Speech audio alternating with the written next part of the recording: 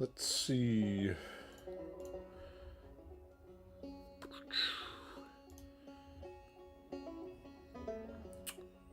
Hoogity boogity boo. Electric Boogaloo 2. Path of Exile 2. Let's go Boogaloo. Blam. Yeet. Ho ho. Ah, there's DLC. Or not DLC. There's a patch incoming. Damn it. Who could have seen this coming? Why didn't I prepare? Oh no. What have I done? Clearly it is the fault of someone who should have been prepared. Wait, whoa, hold up. Excuse me. 9.7 gigabytes? What are they updating? Do what? I have no idea what that's from. What the heck? 9, 10. Alright, we might be here for a little bit. Okay. Well, I'll just transition to the black screen for a little bit. Hi, guys. It's your boy, Jimmy. We're back at it again with the Path of Exile 2, or at least we would be if I had done even a minuscule amount of planning today and actually, like, you know, checked if there was a patch or anything like that.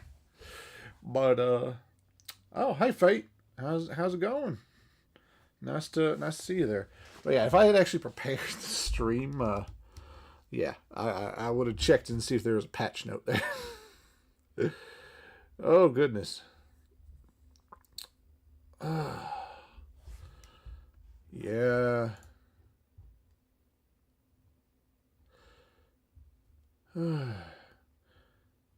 Since you last saw me.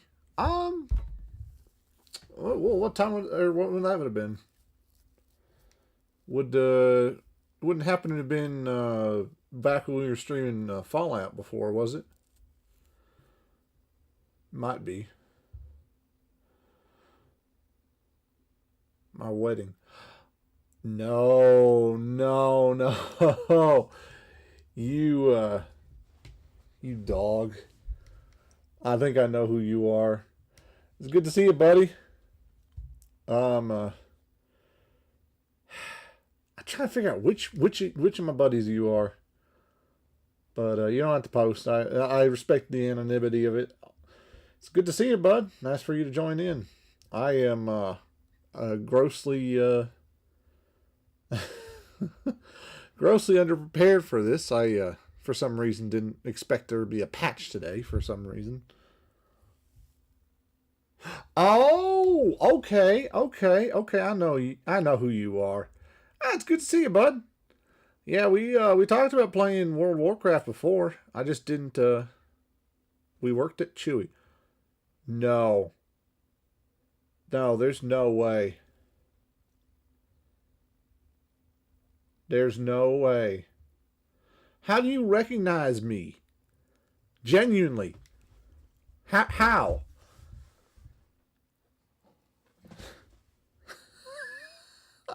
You dog. I know who you are. How's the daughter? Is she doing all right?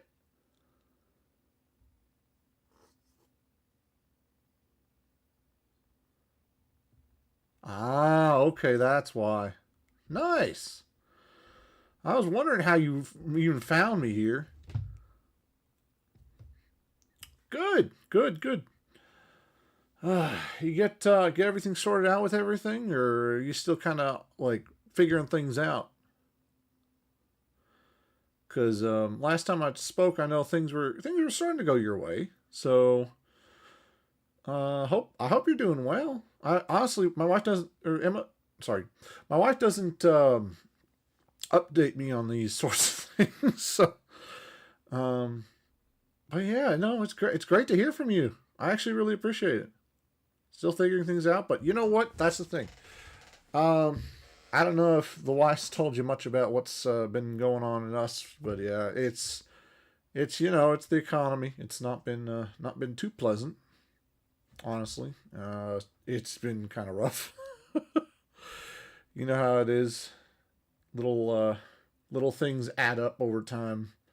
So, and imagine with having kids, it's a lot more difficult having to deal with um, sort of everything.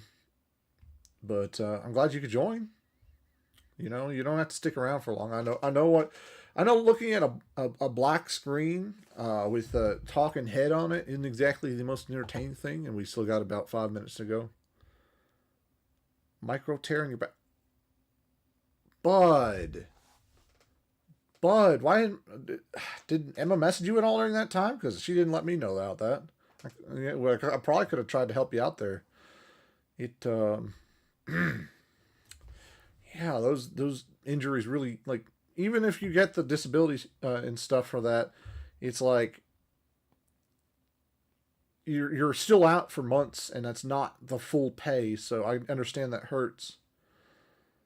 If depending on where you're at, we could message my wife. Oh, you're trying to do the streaming thing? Yeah, yeah. I wasn't super confident with my. I could do a facial cam, but this honestly seemed a lot more fun.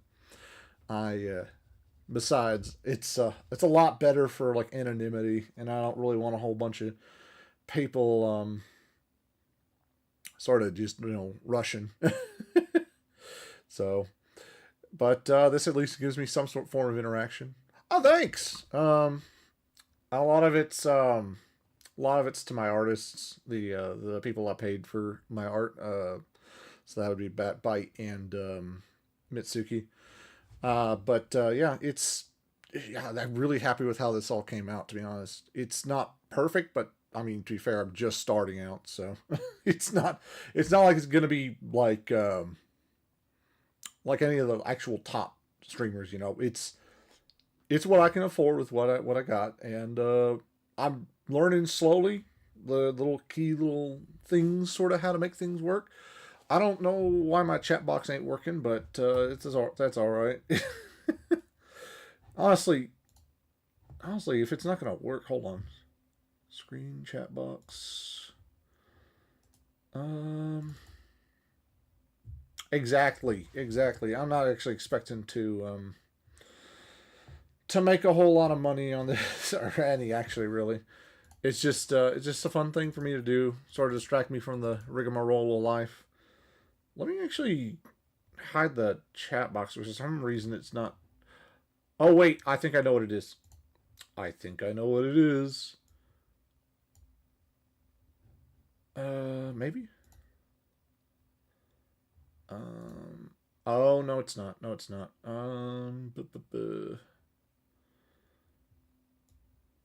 No, I was right. It's not how it works.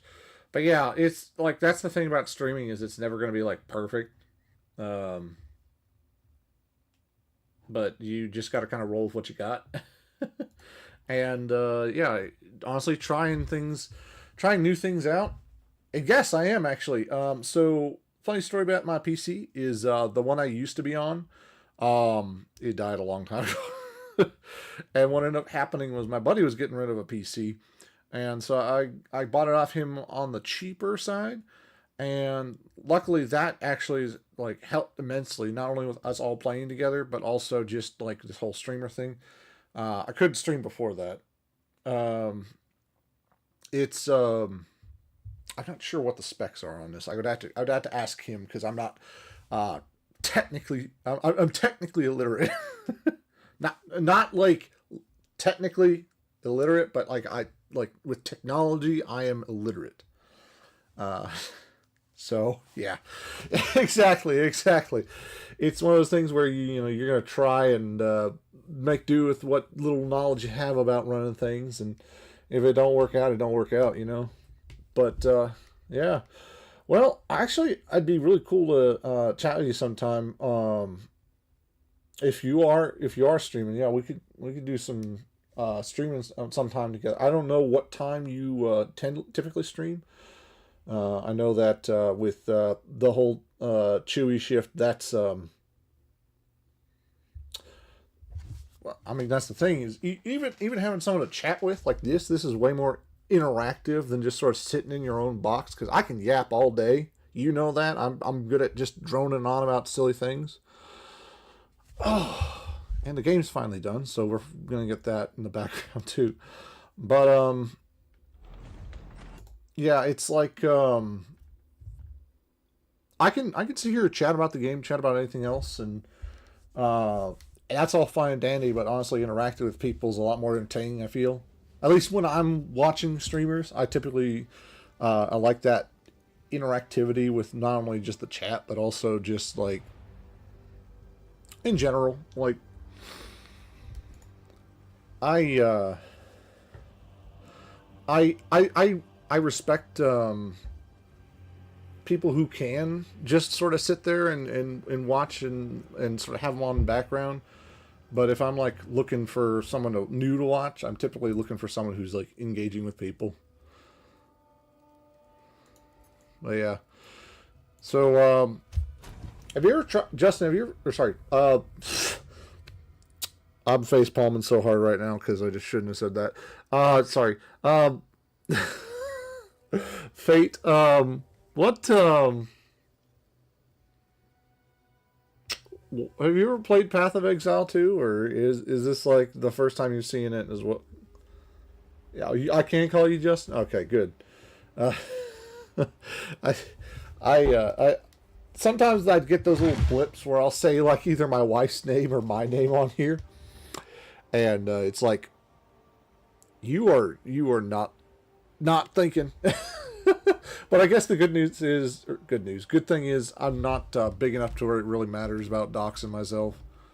I mean, sure, people could probably go back in on these older streams and see it, but like when I'm making a lot of assumptions here. If I ever made it big, I'd assume that most people would not really care enough to go back and search these things. So, but yeah, so just to sort of show you around with Path of Exile. Basically, if you've ever played like Diablo, it's kind of like that. This is just sort of a NPC town sort of deal. And then it's like I think the term's third person RPG type deal. I'm not sure exactly what the term would be. But it's real time, so like your actions actually do matter in real time. It's not turn based. But here, let's go to Grellwood here, and I'll show you what I'm talking about when it comes to like the real time aspects. Everything, including the other players being in the instances and stuff like that, to my understanding, are and I'm not sure how multiplayer exactly works with this, but it's all like in I'm not actually, that's the thing, is I'm not sure if it's actually in instanced or if it's like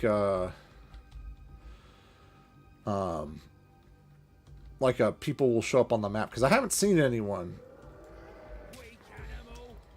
but like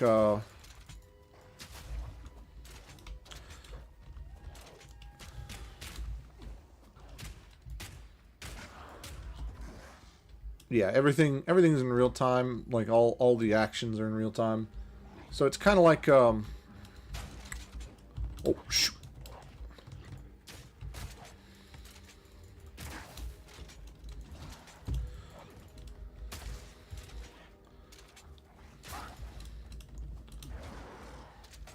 I went the wrong way.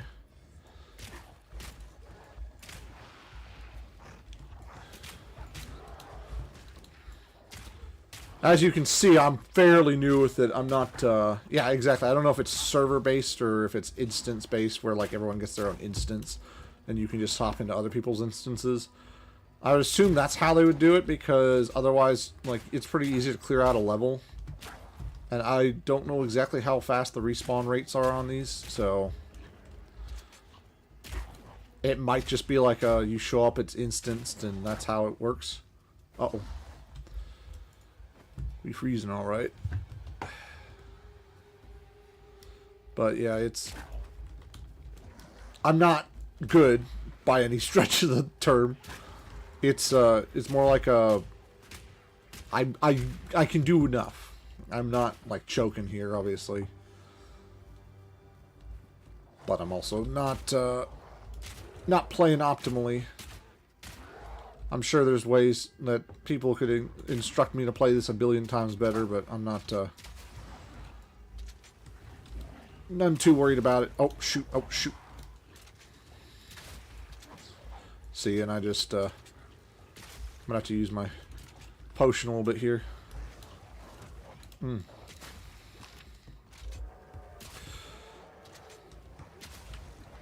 Yeah, the thing about Diablos is you'll get these hordes of enemies with certain things, and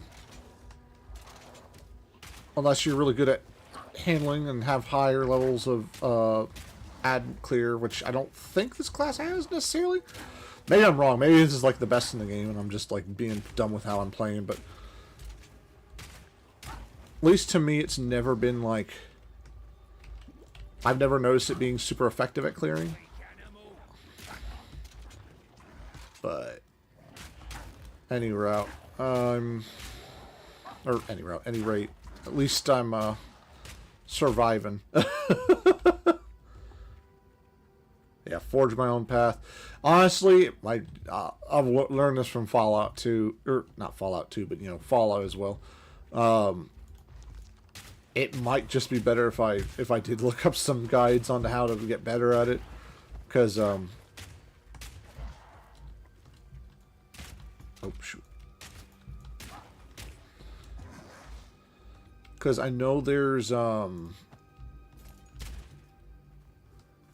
be a point where I just have to look it up, and if I don't progress that far enough on my own, then the late game's gonna absolutely eat me alive.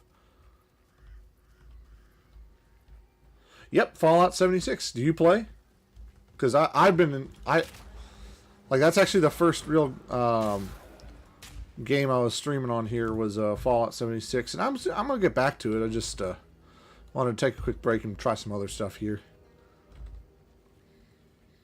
What the heck is this? Oh shoot! I didn't realize those are. Huh. Interesting. Off and on that, yeah. If you haven't tried it, the raid's really cool. I've only done like the first boss because I had someone basically carry. I'll be real. I had someone really hard carrying me because it's really farmable, that first level. You basically reset the instance so that you can farm it for like the highest end gear. And if I was gonna play the game, I probably wouldn't be doing that unless the gentleman's name was Demon 1 on here. And yeah, if you go back on, because I have a YouTube as well, if you go back on any of those videos, you can see that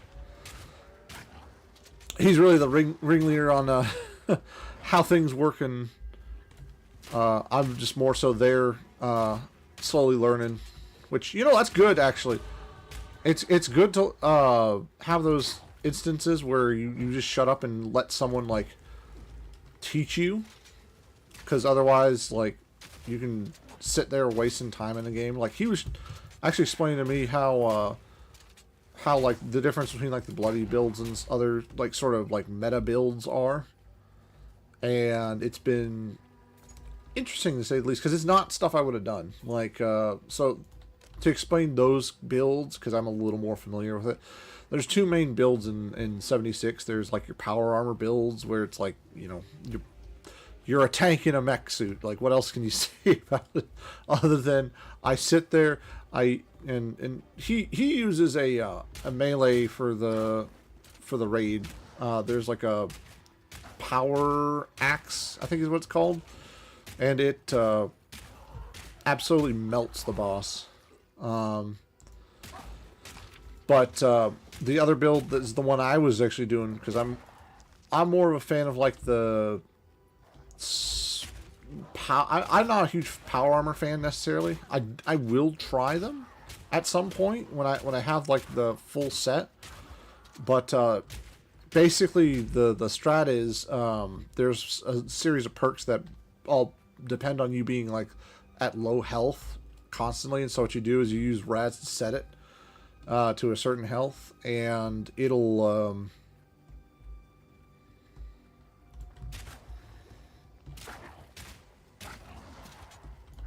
how do I say this? It'll boost your actual stats to like insane levels to where you can tank actually pretty well, even if you're at low health, and it gives you other benefits like buffs to all your stats basically become like in the 20s to 30s range, which I mean that for not having any investment in those is kind of insane. But you know, it's the trade-off is obviously if you get hit really poorly, basically if you get hit hard by something, you'll get one shot, which is why you're basically a backline role. Like, you can take little ads, but big ads will absolutely melt you down. Oh shoot, oh shoot.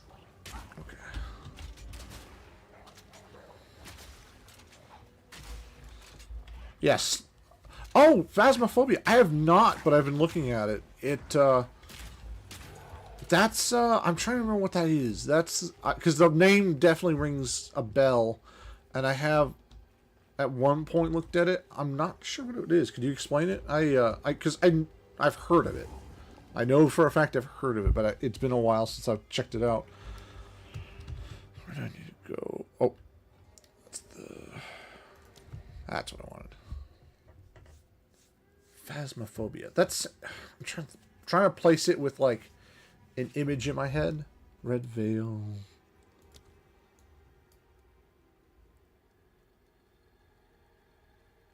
Witch Hunt. Bramble, yes. Yes, I have. Because it's kind of similar to a game I've seen with LiDAR, I think is what it's called. Those like spooky, scary games. Yeah, I wanted to try it. Honestly, me and my buddies have been trying to look for a new game to sort of play together.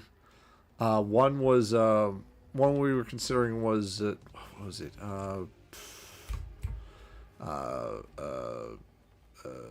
It was the one that a bunch of streamers were playing a while back, but we just never played it. So like, it'd be new to us.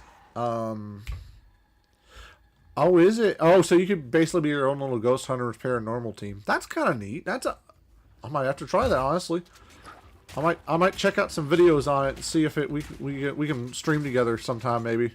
Because that actually sounds like a really fun game to play. I'm trying to think of who all the Ghost Hunters. It's like Grant and who else is there?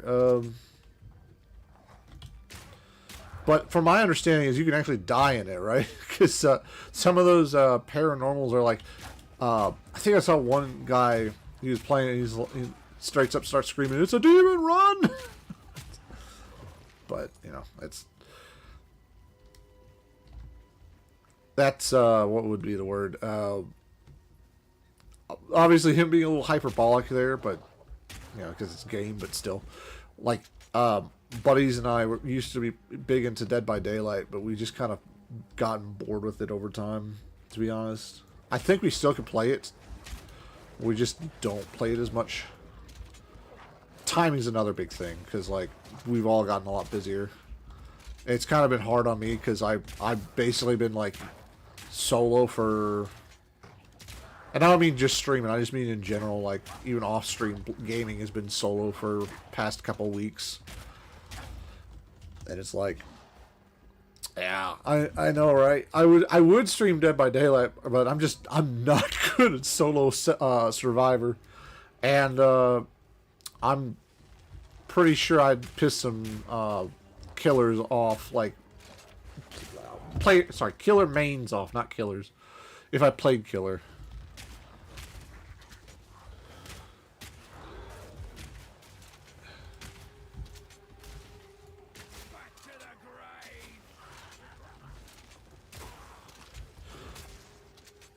Yeah. I was to say, you probably take one look at, like, my, I would say style. It's not really style. At my lack of skills in playing killer, and be like, bro, you need some help. I would really need some help with that.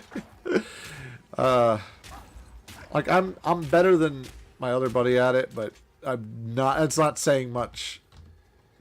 Bless his heart. It's just, you know, we just struggle in general, even with Survivor. My biggest thing when playing Survivor is just I cannot look back. Oh, you mage Legion. That's interesting because we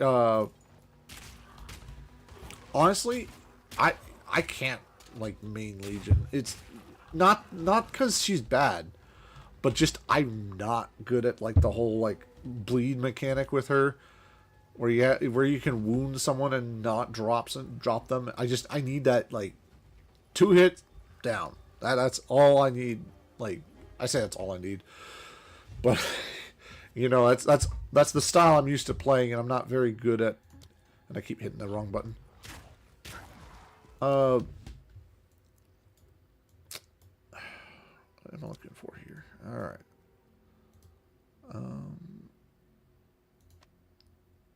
Oh, there's a below ground. I didn't know that. I just learned that.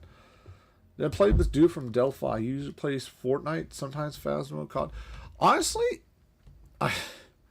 I feel really odd because I'm probably one of the few streamers that just like either on. I'm not sure if it's really principle. It's just like I always remembered like being the kid in high school that disparaged like anyone, or well, actually, see, it probably was college more so at the time, but just anyone playing Fortnite. But that's mostly just because I've never been good at like the royal like royale PvP sort of styles. But I could get into it if I found a group. To be honest, I'm not the best at like, you should have seen some of my Destiny 2 gameplay from earlier. I was not having a good time. Let's just phrase it like that. It's just for some reason, like, not doing well in PvP activities just, it doesn't upset me per se. It's just not as enjoyable. I'm one of those people that usually I can take these things in stride, but I don't know, something about PvP is just like it breeds a certain kind of like toxicity in players. Maybe that's not entirely true, but I tried Destiny 2, kind of fell asleep Yeah, no, I fully agree with you there. Especially for the new light experience, is just absolutely awful.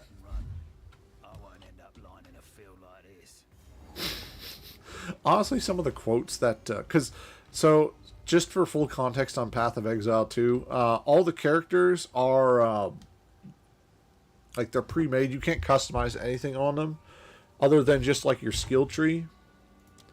Oh shoot, that's not what I want to do. Oh, and I hit the wrong button.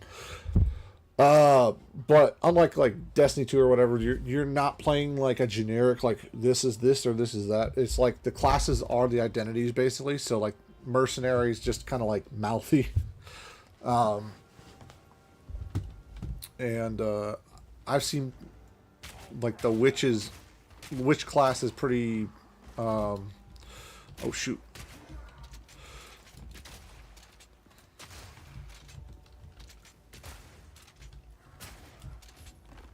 Pretty, what's the word? Oh shoot. I'm trying to do two things at once, which is thinking and actually playing the game, and I'm not doing well either.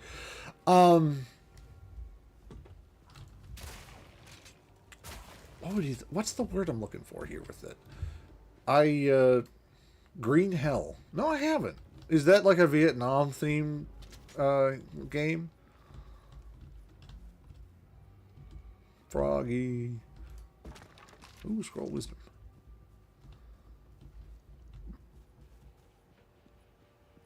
was I saying about?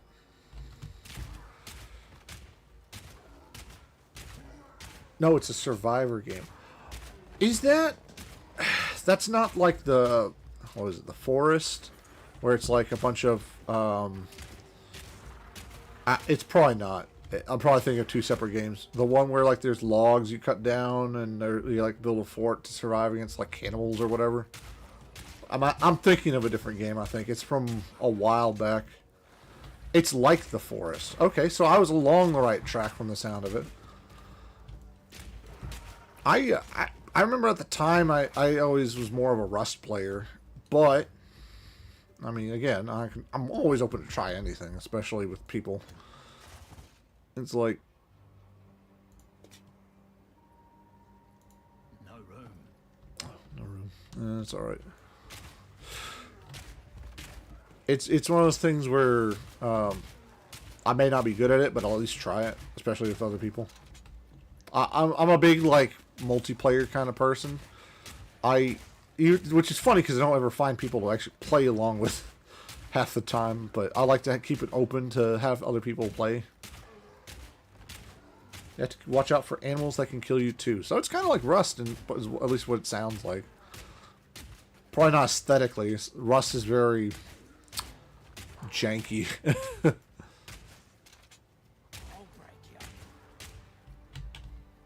I remember Rust very fondly as the game where we, oh man, this shows my age. It was back in, I want to say 2015 or 16. We would get on in high school with a bunch of other high schoolers, and we had a little like server guild almost. That's the best way I could describe it. But yeah, we did pretty well. We were not raiders, but we would like avenge people. So we would mount raids, but we weren't like actively seeking out people to like mess with. I guess if that makes sense. Most of the time you get killed by cheetahs. Oh, so is it set in like a specific area, or is it just they have cheetahs in the game?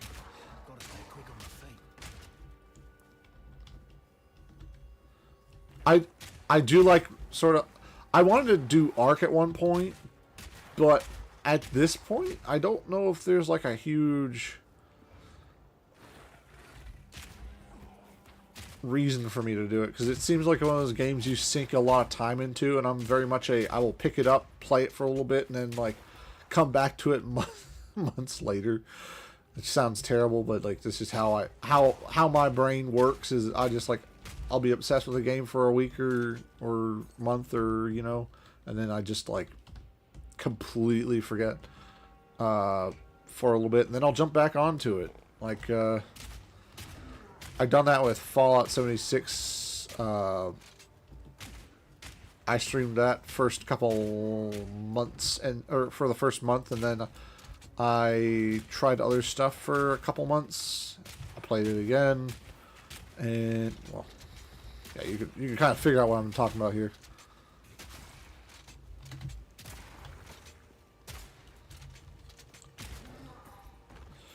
But yeah, that actually sounds like fun.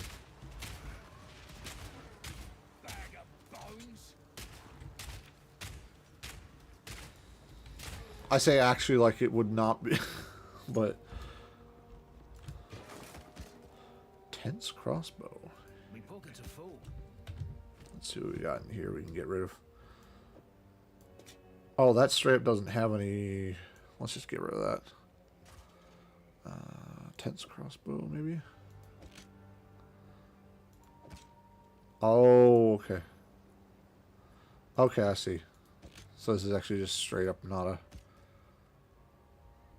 an upgrade.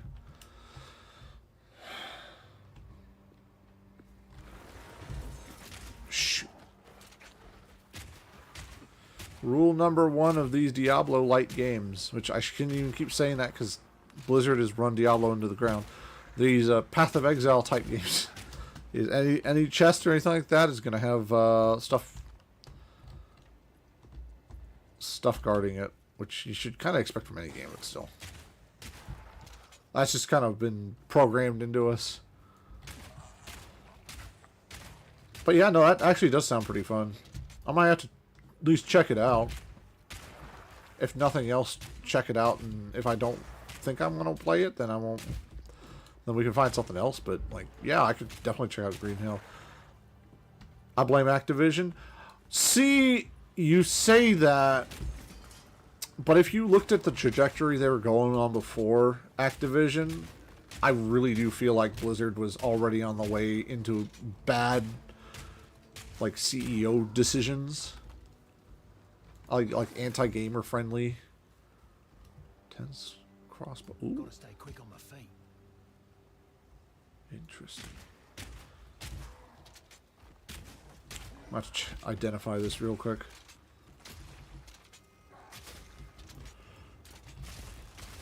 Dang.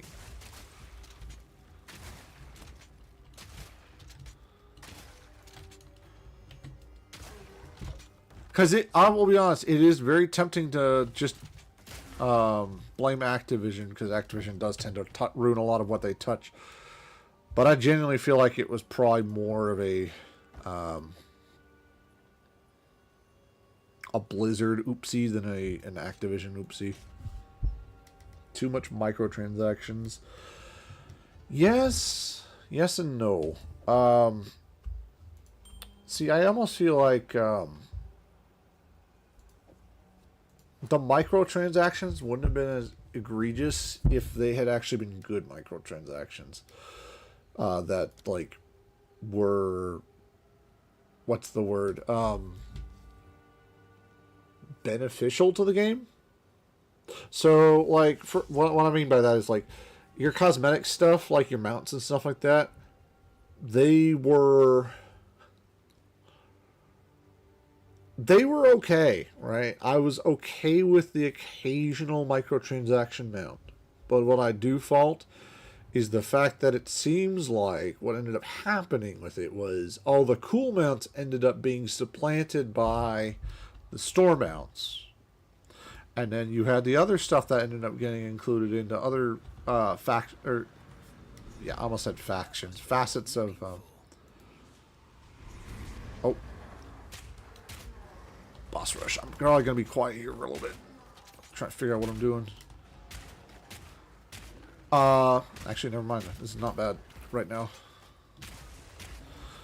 But, yeah,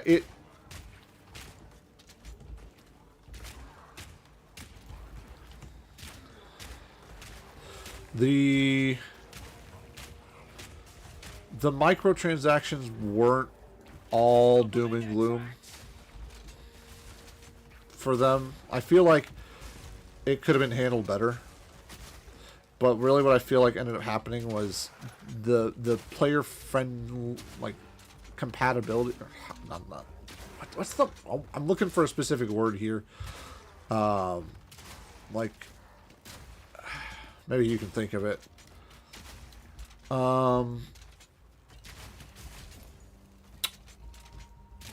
It's not UI. It's the way players interact with the game. And not control, but interact with the actual game. Should have expected a trap. Rune girdle. Huh. Nice.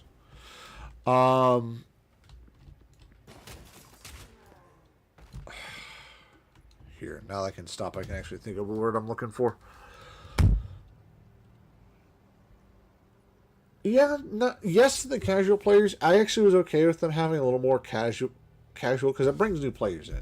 Like, you can't just have a game that's as old as Warcraft or, like, Diablo be unfriendly to, like, new players, because otherwise they just feel like they can't jump in, right?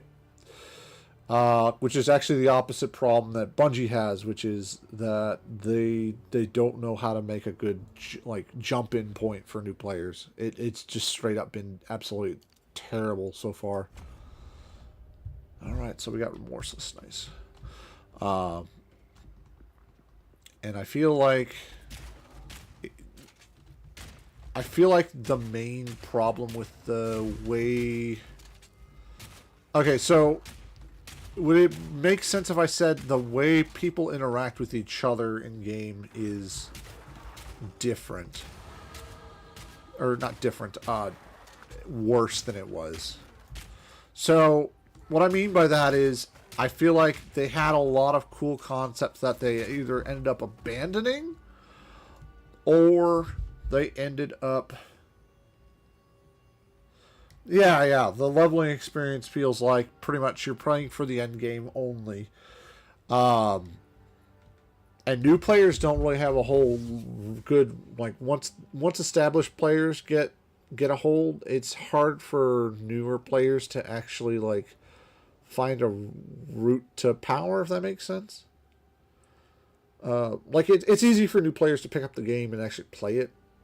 But play it well. The mechanics aren't explained very well, and you can blame that on Blizzard not having like a good like tutelage almost ability. Which, to be fair, not a lot of games have that sort of deal. But the thing that I found most frustrating has been the way that it seems like... Oh, that's not bad.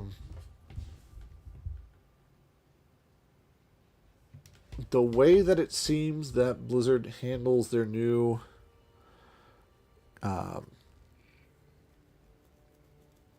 the rank up system isn't conducive to perpetuity, right?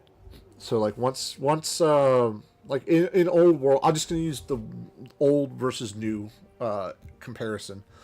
The reason why people are finding hardcore so much fun is resources aren't pooled.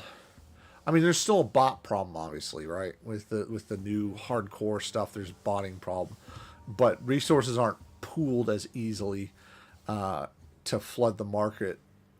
And everyone who has like gold and a skill at higher ranks is valuable, right? Like even at mid ranks, it's still valuable because you're learning, you have potential.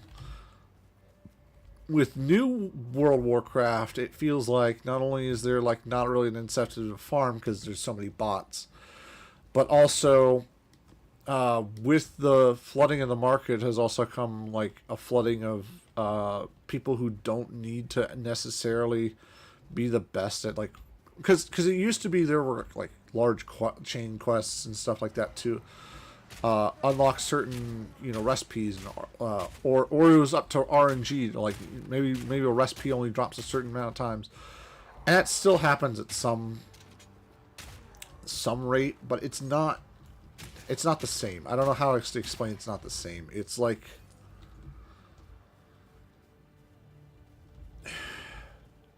you can aspire to be unique, almost like kind of how streaming is, right?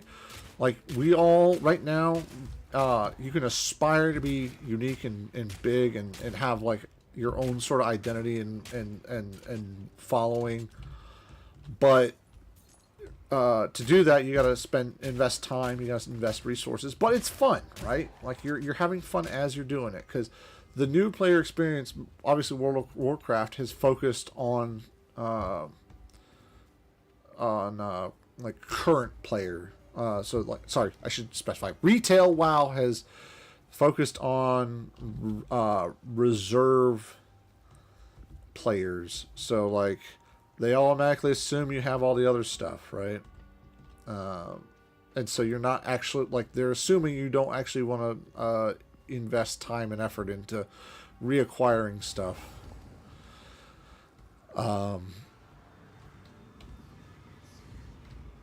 Whereas in vanilla / hardcore, now keep in mind, original vanilla Warcraft didn't have nearly as bad a botting problem because bots were pretty rudimentary back in the day. With technology, obviously, that's kind of changed things, but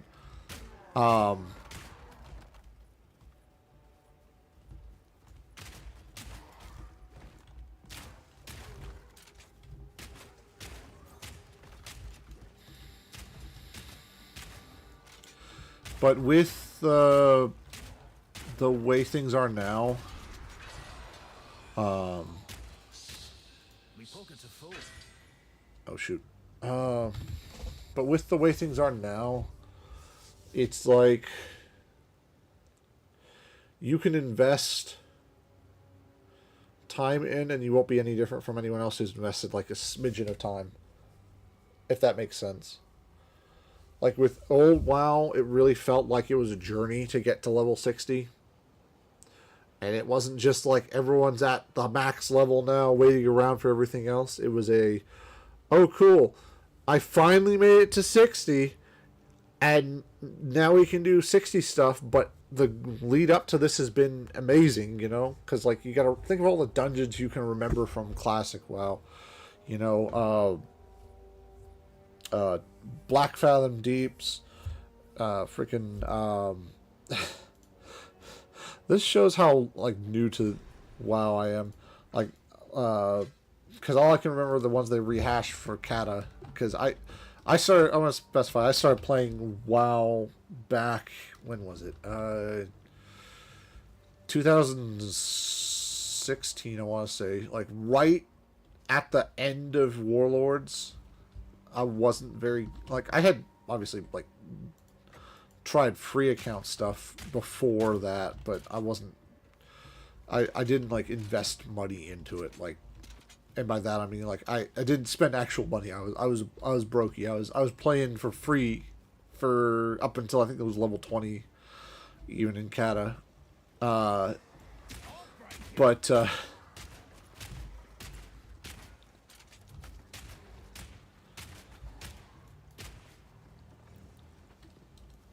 it, like, Warlords felt like they really took down how important it was to farm for things, which is why people didn't like the garrison system, because it did detract from that. But it had already been on a downward slide for a while there, so like, because botting has been getting worse and worse and worse and inflating the prices more and more, and sort of the garrison system just like took that problem and elevated it, because then you could have garrisons, you know, bot farms, and yeah, Legion was amazing. I think, but it highlights a problem I have with modern WoW, is they like to abandon mechanics instead of like trying to bring them forward. Like, I understand you can't bring every mechanic forward, and some you really shouldn't. For instance, like Azerite for Battle for Azeroth, terrible. I hated that. Which is weird because it was very similar to when they had the artifact power, right? Like, I think that was what they were trying to channel with it. But with artifact power, it was like noticeably different. Like the artifact weapon, while it did limit what all weapons you could play with, it was definitely more of like a class fantasy improvement. Like, you really, like, if you were a paladin, you really felt like, you know, you took up the mantle of Ulrich when you got the what is it called? The something of justice. I don't remember the paladin one, but I back then I did mostly hunter. Nowadays I do warrior more so, but I did try arms at that point, and all the basically unlocking all the artifact weapons were not only gave you a background to them, which was much appreciated, but well, there was Ashbringer, but there was the one for, wait, was Ulfric Ashbringer or was it Tyrion? Tyrion was Ashbringer, I thought. There was one for, I think it was Light's Justice was Ulrich. I think that's what it was. You'd have to check on that one. You can tell I didn't play Paladin back then, but I do remember thinking how cool the Paladin quests all were. For Death Knight, it was a different story. I like tried Death Knight, and it wasn't my favorite fantasy like storyline for that. Like getting all the weapons. Like, you got Corrupted Ashbringer as Unholy, and that was kind of neat, but not like oh wow, this totally makes me want to play the class sort of cool. It's more like, oh, that's a neat little addition, which is surprising because it's like, it's Ashbringer, but corrupted. How cool is that? I don't know what. Well, no, maybe I'm wrong. Maybe it was another thing.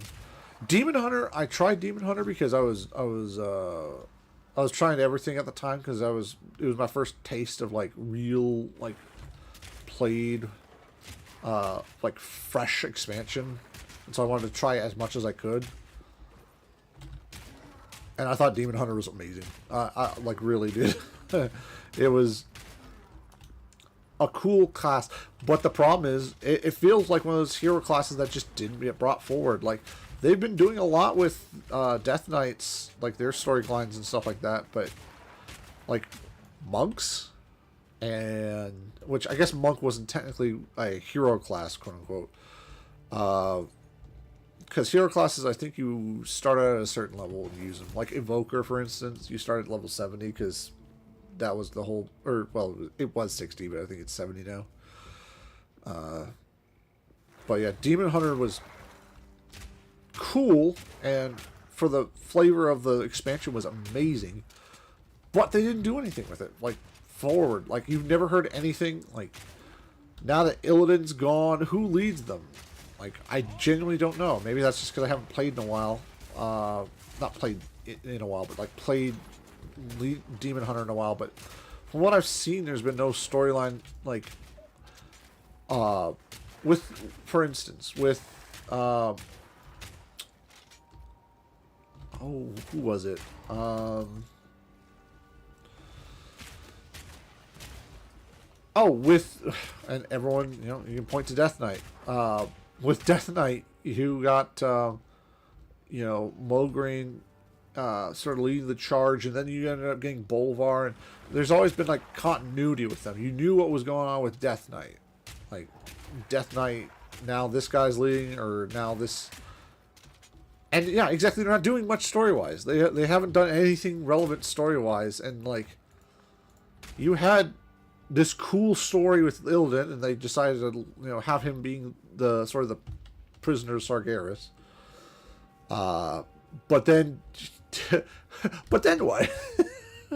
Like, he's just the jailer of Sargeras now, and now who knows who leads the Demon Hunters? They didn't get to do much. That's fair, but like, let's be honest. Blizzard has always had sort of a soft spot for Death Knight in terms of like lore. So like, unlike with Demon Hunter, they, as like a leader for the class, like you always knew Darian Mograine was the leader, or you know, as it switched to Bolvar, sort of back to Darian at the end of Shadowlands, but yeah, it's just like they like to abandon classes and mechanics and stuff like that, and it's like, how much of that's just them being forgetful, and how much of them is that being like lazy? This'll stop him.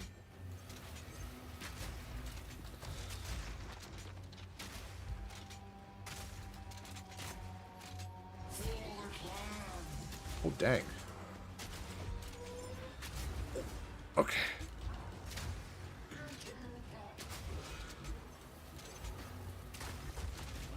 Shoot, that does a lot. That shreds.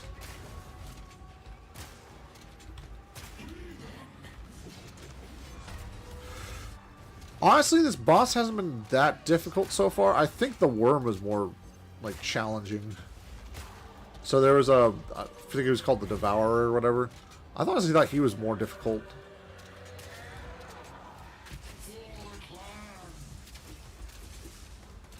Don't get me wrong, this has been, like, I'm getting chunked, but it's not, like, impossible.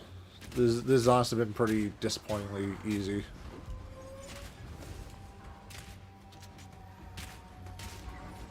I'm gonna literally down him here.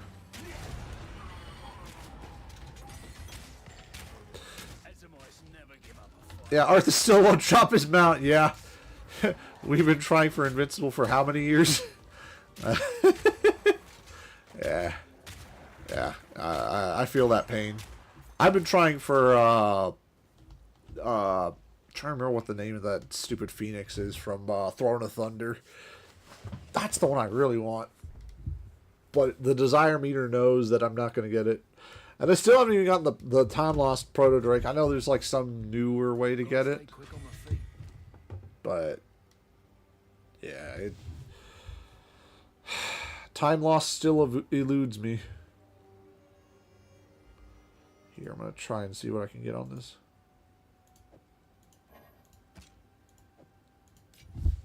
Oh,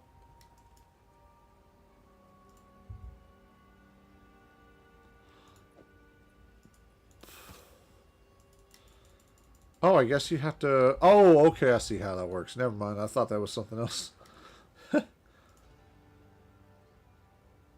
It spawns... it's more than that. I think it's once every 10 hours, but it's like...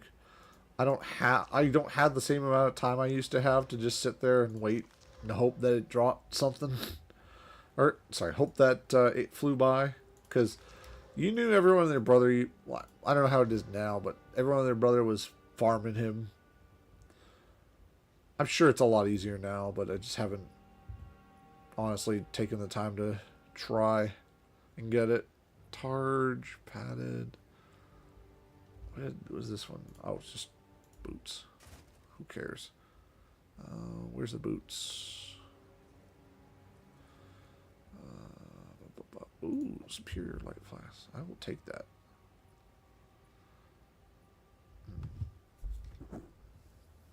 Probably the same. Yeah, I think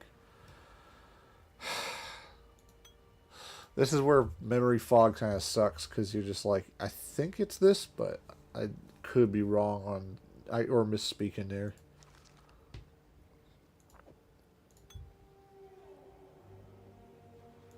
There's padded leggings. I was wondering where this went. Stun. I don't need that.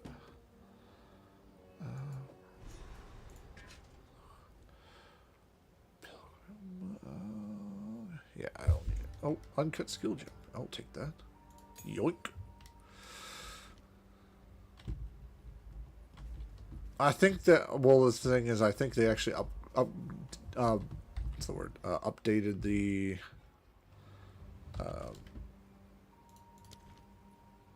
whatchamacallit,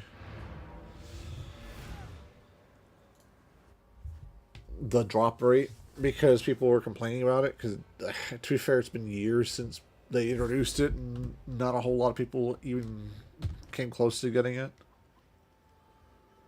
Simmering medium. Interesting. Okay. Superior, lesser, life. Superior, lesser. And we'll see what this is. Lightning resistance. I don't care. That's not bad.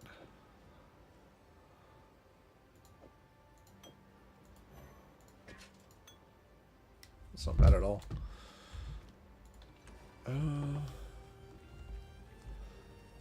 But yeah, I love how we can go on and on about the shortcomings of WoW, but I guess what my ranting is trying to hint at. Oh. You actually entered the Red Veil and survived. Every Ogham kid knows. If you step one foot in there, you'll be skewered and eaten. Well, those kids that are lucky enough to have a mother, that is. Fair enough. How rusted is the gear? Is it salvageable? Worth anything? Just thinking out loud. Not worth your life. Who knows what prizes await? But Deal.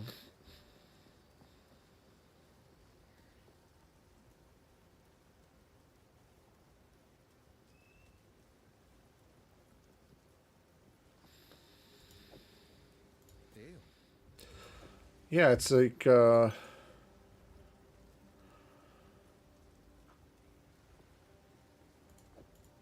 sort of a head scratcher as to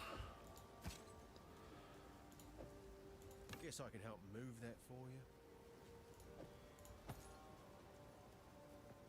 why they keep making bad decisions at Blizzard.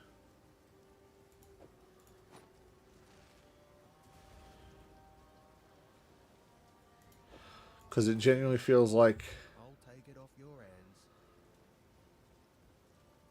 hands. Ooh. Okay.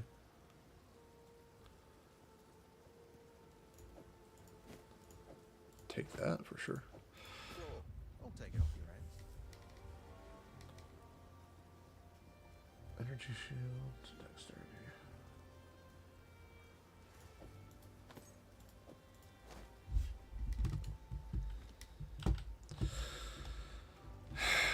It's one of those things where it's hard to put it on one thing. It's a big picture, right? Like, but everyone can see it. Like all the little bits come together to form a pretty obvious problem with the way that it's structured versus how it was. It feels like, I think it was, I don't know if you watch him, Pirate Software had a really good way of phrasing it. It doesn't feel like a living world anymore, because you don't see new players running around anymore. You don't see sort of like, you don't have the same fun progression that you used to have. Nowadays, it's more like, okay, it's the roller coaster ride, roller coaster experience of you're going through the story mode. You are the hero of Azeroth, and you are responsible for all these great feats. Which, yeah, that's cool to have that, but even a new player has that, so it doesn't feel special. Like, do you remember the first time you heard the Herald in Stormwind say that the great dragon Onyxia has been slain, and then seeing the head of Onyxia on the tower? Because I remember first seeing that, I was like, wow, that's super special. That's super cool. I remember, yeah. It was a special moment. You felt accomplished. But nowadays, you go into it, you kill the big bad evil guy of the week, and then what happens? Oh, great, the world's not destroyed again. Yay. I wonder if I get a new little cute title I can put in front. Or maybe the boss ended up actually giving me the mount that has like a less than 1% chance of dropping. But like, in terms of being special, no. Now you gotta reset, do it again next week. Like, there's nothing special about your first time doing the raid. It's just, yay, you did the raid. You get the gear. Huzzah. And there's no excitement. There's no like hype behind it. When you first opened the gate at Ahn'Qiraj, you had that excitement, that special moment where the first player in the first guild in the server got that, and it was super special. You got the mounts and all that, and anymore it's just like, cool.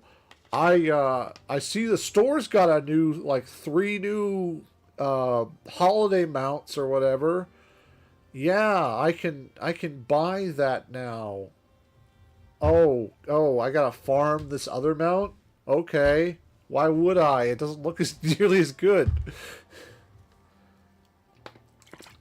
Instead of trying to give the big bad evil sign some odd motives, like trying to stop something that's even worse. Yeah, exactly. It's always hyping up. And this is the problem with these power fantasies, like these road trips, is eventually you end up fighting God. And in a Japanese RPG, that's usually where you stop the game. Like, that's just where the game ends. Which I would honestly have constituted Sargeras as the god. Well, actually, you don't fight Sargeras. I'm sorry. You fight the world soul of Oh, what the heck was the name of it? You probably remember it because Legion was super special. The world soul of the Argus. Argus was one name. The world's, thank you. Yeah. Of the Draenei homeworld. You basically just killed a god. It wasn't like the god you wanted to kill. Like you wanted to, slay Sargeras or whatever. But like,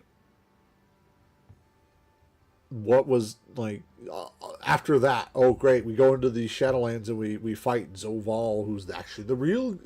I'm sorry, we skipped a couple expansions there.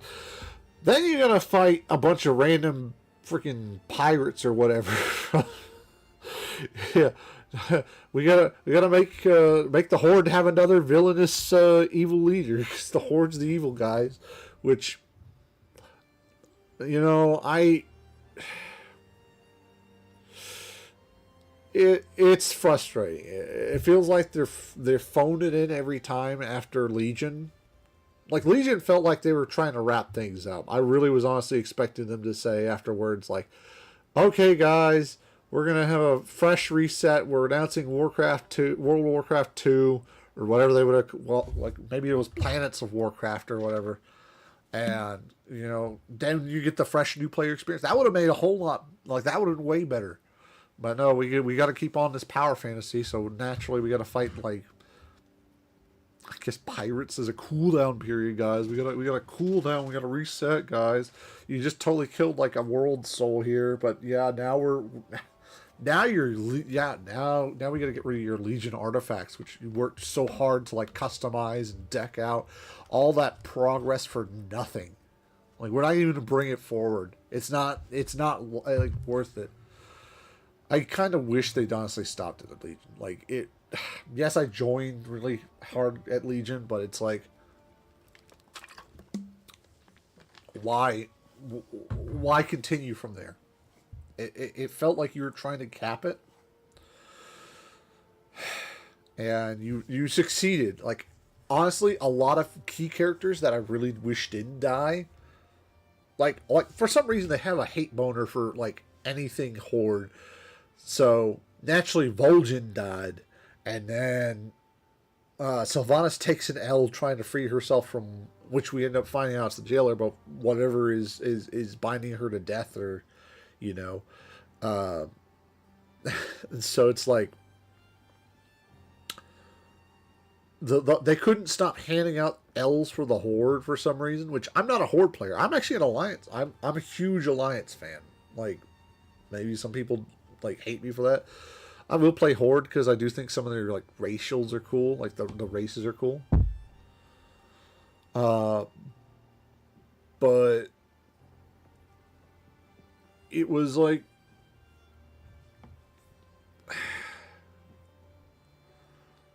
it's like Blizzard doesn't know how to write the Horde as like that. They either write them as noble savages or as like the villains all the time, and they don't ever take a break to like, oh, the Alliance did something heinous, oh, this character ran off the like could have, don't get me wrong, I absolutely adore Gan Greymane, but they could have made a whole storyline about him seeking revenge for the fall of Gilneas. Like that could have been what Battle for Azeroth actually was, but no, they had to make it so that Sylvanas attacked and burned Teldrassil.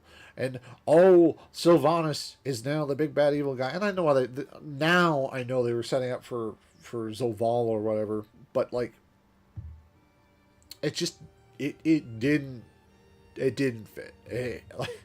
Like the Shadowlands kind of feels like it should, like when you're going into death, right? It really does feel like you should just stop there. Because at the end of Shadowlands, you've literally killed like the proto god of death, the Primus of death. You know, this is, and they're like, oh, but the Void Lords are coming, and the Void Lords are so much more like worse. And it's like, okay, maybe we put a cap in that. Maybe we wait for another sequel or whatever to explore that storyline. But right now, it really feels like we've hit the peak of peaks.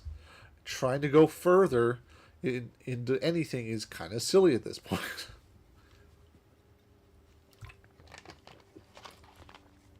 It feels like they have a problem with self-containing stories. Like they feel like they have to self-contain a story.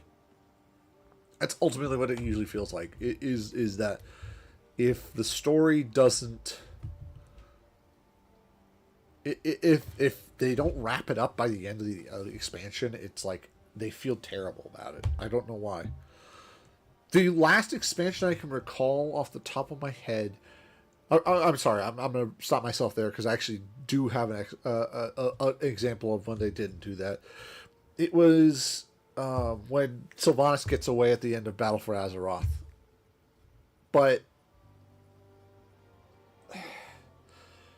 and that does set up for the next expansion. But it really didn't feel like she was worth it. It didn't feel like she was worth it. It felt like what they wanted to do, but they saw player feedback. They were like, we gotta kill off Sylvanas and have another war chief fight. And like people were like adamant, like screaming in the comment section, do not do that. She is my favorite, you know, for whatever reason. I can think of a couple reasons.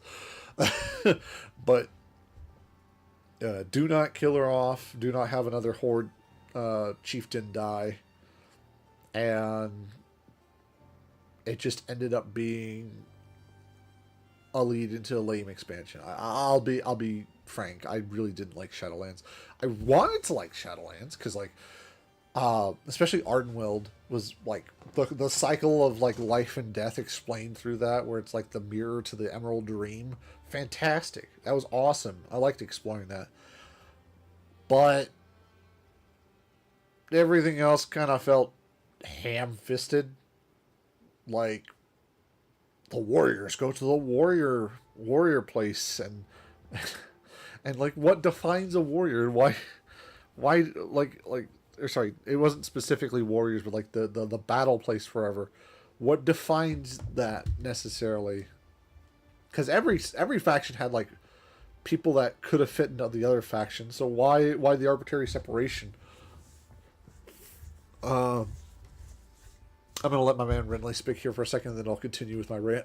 Furious spies, but be cautious.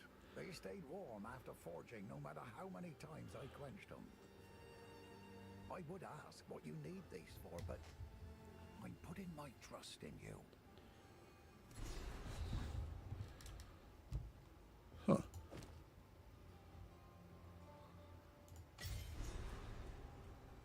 Use the rune spikes. Stick to the cairns.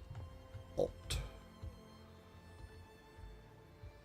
Oh, I see. It's for a quest. Okay. Alright, where are we on our rant? The disappointment, I think, from Shadowlands, where the afterlives weren't explained very well. So, way I envisioned Shadowlands, right? At least in my mind, what made more sense was that each planet, and maybe that is how it's structured and they just don't explain it, but like each planet has its own like sort of non-sentient and then sentient side of like of how the death cycle works for like the I guess they called it anima. And the way that I always envisioned it was, or maybe three sides, right? Because like with a human or with the sentient, because we can't exactly say like human because there's elves and Draenei and all this other stuff. But like the sentient life in my vision, like would go to like the either the heaven or hell of like whatever the place is.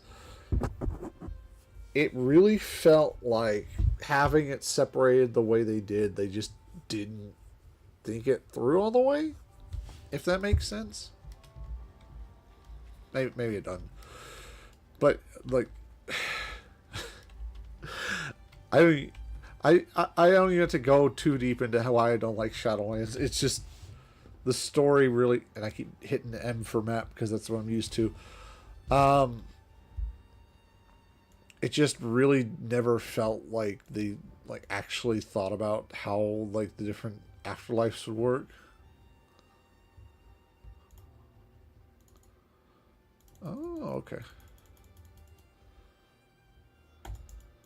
Oh, I've got a. I see. I got a waypoint.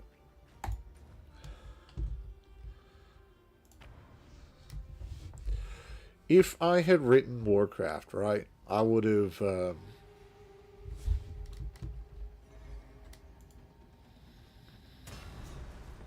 Here's one. What happened here? 2 and 3. All right, let's see what's going on here.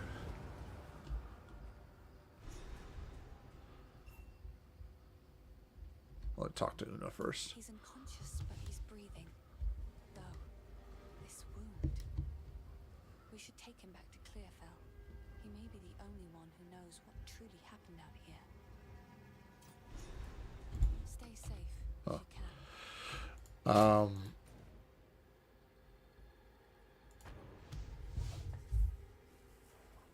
Anyways, I guess that kind of bled that whole rant bled from just it feels like power creep is hit too hard for it to actually be a good game anymore.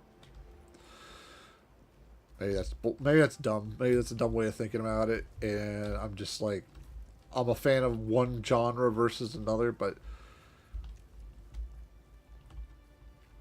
take this game for instance. It knows what it wants to be. Oh, that's a mercenary. That's cool. That must be like cosmetics from the store. But yeah, the game knows what it wants to be, which is specific path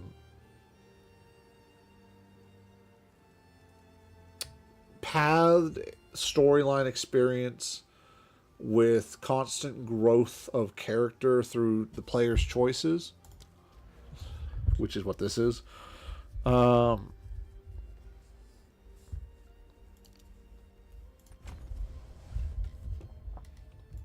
And otherwise it's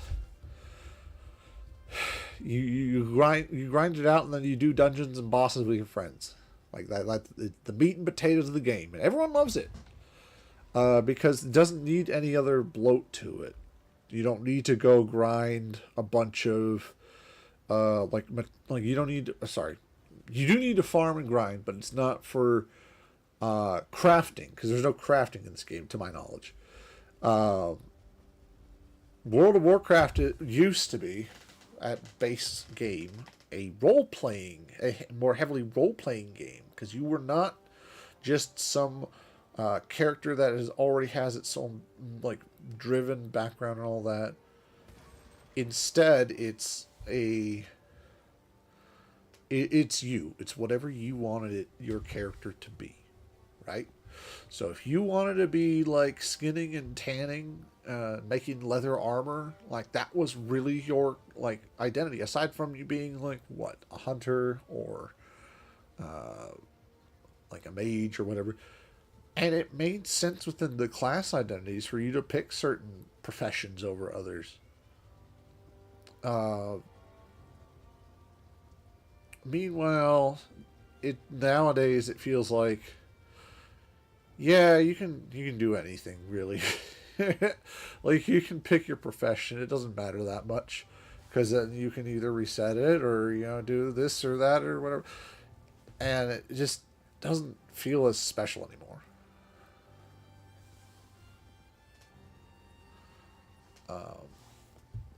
I think that's really my big thing, is just like if I wanted to feel super duper special, I would choose a game like this where I am like an identity. I'm gonna end up killing God or whatever at the end of this, and then from there it's just like resetting, doing bosses with friends, and that's just kind of what it is. It's like it's on wheels, but it's not like there's no role play aspect to it really.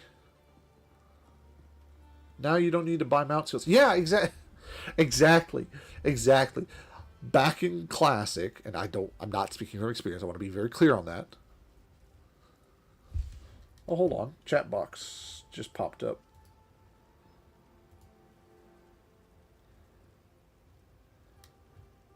I think. Did it? I swear it just... Oh, maybe it only shows up for a certain amount of time. I should definitely extend that. Because I didn't think the chat box was working at all. But I'm now realizing that it shows up for a brief, like, 10 seconds, and then it goes away. But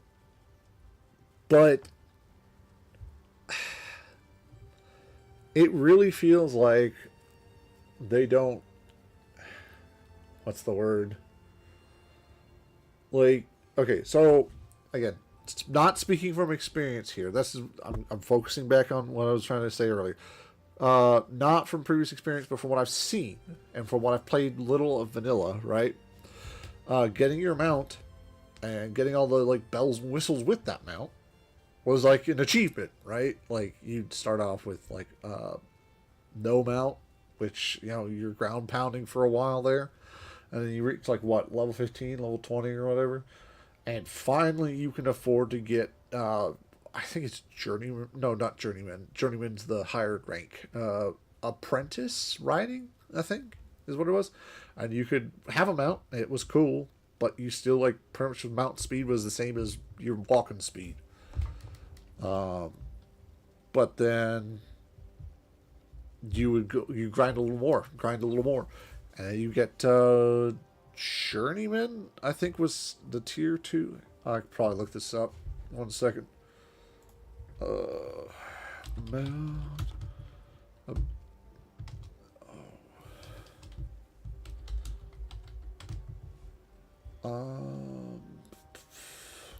Classic. Give me 1 second. I'll even pull up the different ranks, so I'm not talking out my ass.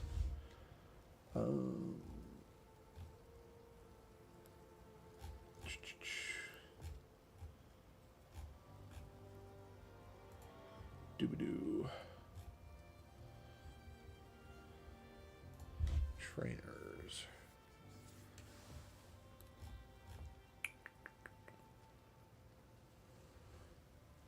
Oh, I didn't even know this, but there's like different mount classes that you had to learn, like from each race. So each race had its own mount identity tied to it that you had to learn. Like rams for dwarves and the mechanostriders for gnomes. And that's another thing that's kind of happened with, like, I know this is a far distance topic, but it's like that's another thing that happened with WoW, is it blended all of its racials sort of together into one amalgamous. Like, yeah, now there's only really difference between Horde or Alliance. Wow, neat. Like, you don't feel like your race is as and this is kind of weird to say, like, because when we say race, it's like the different species is like, dwarves, elves, versus Tauren and orcs and all that fun stuff. And it's like you used to have like a real cool identity with each of those, like the dwarves, right? With they're very runic. They got like all their trainers was like let's see, they were one of the few that had really guns as their main hunter. Well, no, I can't say that because I think humans also did, but they had like not just the rams, but also the foods you could, like the recipes you learned. You had to go to that specific city to learn those. I always thought that was really cool, but nowadays it's like one trainer for all, one trainer fits all. Which I get, it was for streamlining the game somewhat, but it's like with that streamlining, quote unquote, you lose a lot of your like flavor and identity until it's just bland. I really wish that games would focus more on that sort of unique. And they've done it. The worst thing is they've done it with D&D too. If you've looked at any of like the newer stuff for D&D, they've sort of amalgamized like the racials. So now you can like customize like, my dwarf has this, and this skill now, and there's no like you automatically get this one because you're a dwarf and that's like what the dwarves have. And there's no identity anymore. It's like anyone could be anything, and I don't want to police games, right? But it's like, if I wanted to sort of have everyone be equal and do different, like do the same things, I just step outside my door, because it's like everyone in our world really can do like anything they really want to at this point, at least in America, at least. But like with fantasy, you're sort of stepping into your own like unique world. You're trying to escape and like sort of like take on the aspects, good and bad. And you can choose to omit aspects. I mean, I don't fault you for not wanting to have like I remember I used to have have it in a lot of my games where, because you know, you're playing off sort of the Lord of the Rings, the feud between the elves and the dwarves. You know, you'd have elves sort of talking like down to dwarves, and dwarves being sort of like, I wouldn't say necessarily racist, but just prejudiced against like elves. And it's like that sort of like disparagement is kind of what makes the world a little more interesting. Like, it can be not only just a teaching moment, but it can also be just like a flavoring the world. So now your villain has a motive for doing something, and that texture is going to cause issues. I like how all like, because they're going into the shop and there's like cosmetics and stuff like that you can get that do different things. But yeah, those textures are gonna be a bore on the computer. But yeah, it's the role playing aspects are what makes Classic such a great game. And the more they've generalized everything, the less, like, the more detracted it's been. I think the peak of when things were like at the best for like everything, like between the class identity and the mix of like, well, we want to make sure that not everyone is or we want to make sure that everyone is able to get certain things, if that makes sense, was I'd say, I'm gonna say Burning Crusade, honestly. I think Wrath, even though everyone loves Wrath's where they started making everything less unique, more uniform. Which was okay, because, you know, we're all uniting against the Lich King. But then afterwards you get, let's see, Lich King, Cataclysm. Yeah, and the Cataclysm just rehashes everything. All the systems, all the UI, all that. Throw it out the window. Everything is now uniform now. The Cataclysm is exactly what it stated it was. A whole cataclysm to the diversity of the game. Alright. So things I need to do. I'll talk to Renly and then I'll talk to Una. When I fled for my life, there was no time for me to grab all my smithing tools. If you do manage to reach my forge, you should find them and bring them here. I'll set up a bench and we can see about working on your equipment. Go well.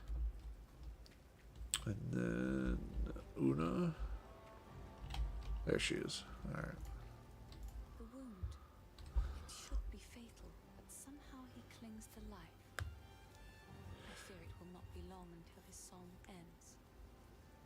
will never heal while the Count's binding still holds sway. Huh. Only by a Count's hand can this binding be released. I know an old tale, one that speaks of a ring we might be able to recover, buried 3 centuries ago in our ancient graveyard. A Count's signet ring, bearing his rune of authority. But how to reach it in time?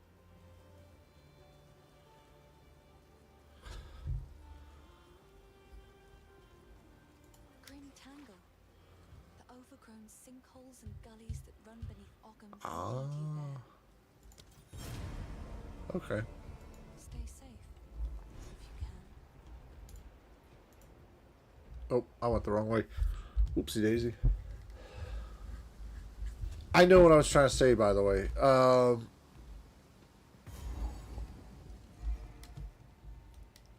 The overall, like, class identity is tied to this whole idea of, like, diversity of play.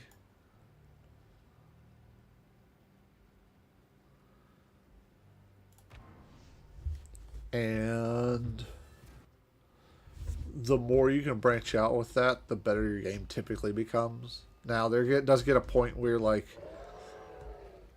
things get too bloated. So, like, for instance, where you start if you start sacrificing gameplay for, like, diversity, then it becomes an issue. I actually think that's what happened with Lost World. So, like, Lost World has amazing potential to be a good game. It just feels like Amazon focused too much on giving you everything, like, diverse-wise, for, like, how to play, and didn't focus on the actual gameplay itself. Whether that would be fun. Which, I don't know if, Justin, have you played Lost World at all? Or is it Lost World or Lost Ark? Lost Ark, I think, is what it's called.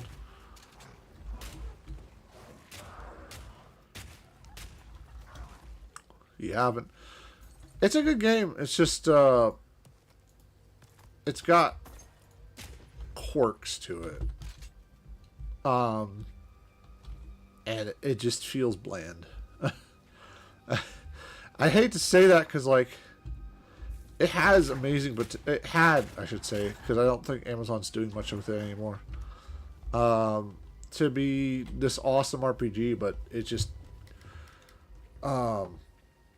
it feels like they've kind of abandoned it, which is sad. But it's what happens sometimes, especially when you got a big company like Amazon that's got their fingers in so many pies they don't know what to do with it. So,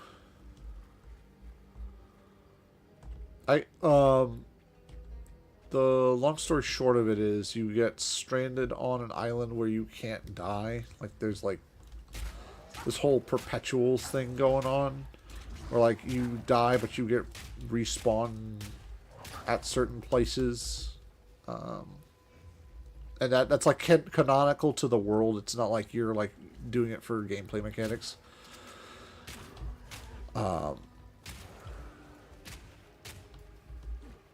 And there's all sorts of neat factions that you can go to, but it feels like they're just there for, like, the span of things. Like, each of them gives certain bonuses to,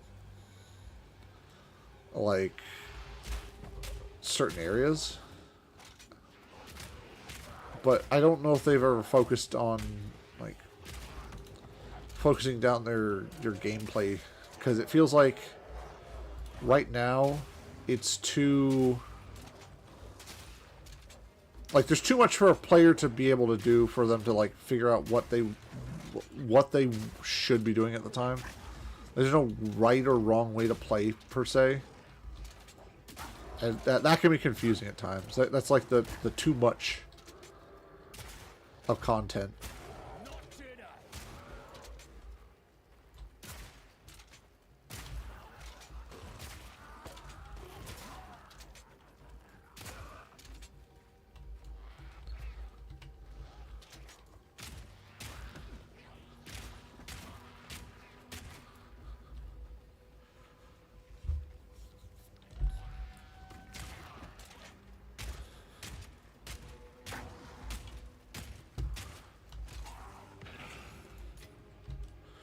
Honestly, I'm not sure where I'm supposed to go here.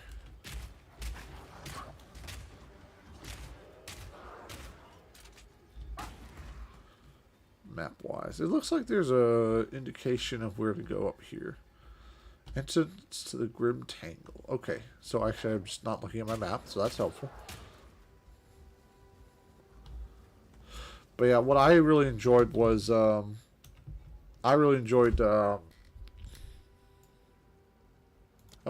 wait, I'm supposed to go to the entrance of the Grim Tangle.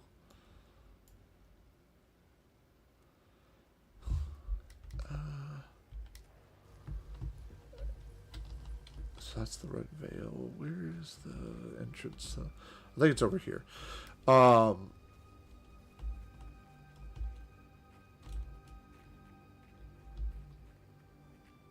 like the fishing mechanic. It sounds terrible to say, but it's a really good fishing. Like, they got a bunch of different stuff you can try and fish for. I actually think I got almost all the rare fishes, but the problem is, like, once you've caught all the rare fishes, there's not really much you can do with them. Like, you can make recipes that, like, give you bonuses, but it's not like you get them in enough to be able to, like, really make that a worthwhile hobby for you to do.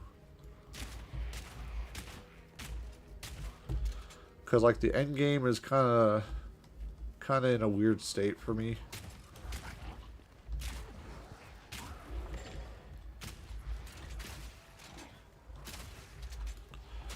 I want to play the end game, but I just don't at the same time. I just don't have the time for it.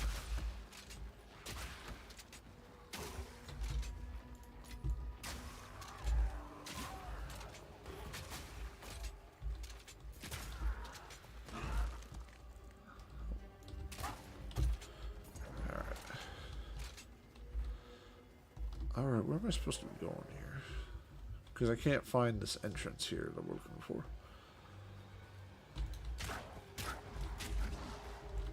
I will admit I'm kind of a casual Andy when it comes to my games. Like, even my role-playing games, I'm just like... I like my role-playing games, but I'm always like, I'll get to a certain point and then I'll be like, okay, I'm at a power level I'm comfortable with. And once I go beyond that to, like, actually requiring skills, I'm just like, oh, I'm terrible at this. Yay!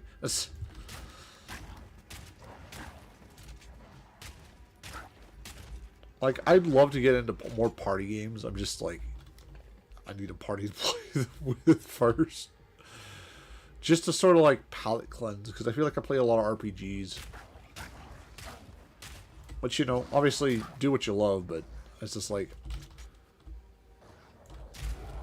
One can only handle so much being so bad at RPGs for so long without needing something to cleanse. I was like that with Destiny 2. I burned myself out really fast.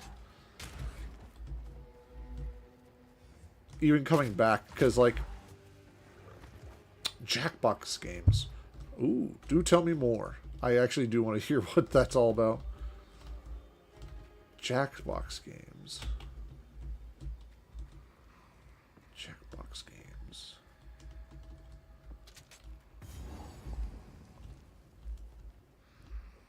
Can I talk to you? Nah. Okay, another enemy witch. Stop them in their tracks!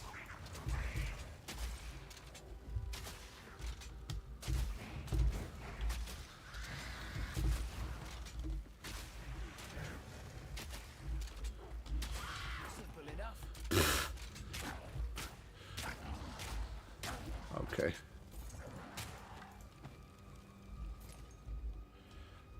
Easy peasy, I guess. So there's 9 of them. Mostly use your phone to play, but I have other people join you.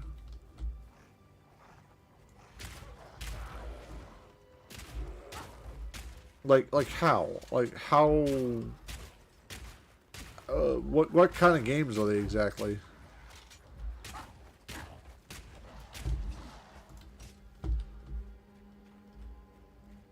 So you need to use your phone.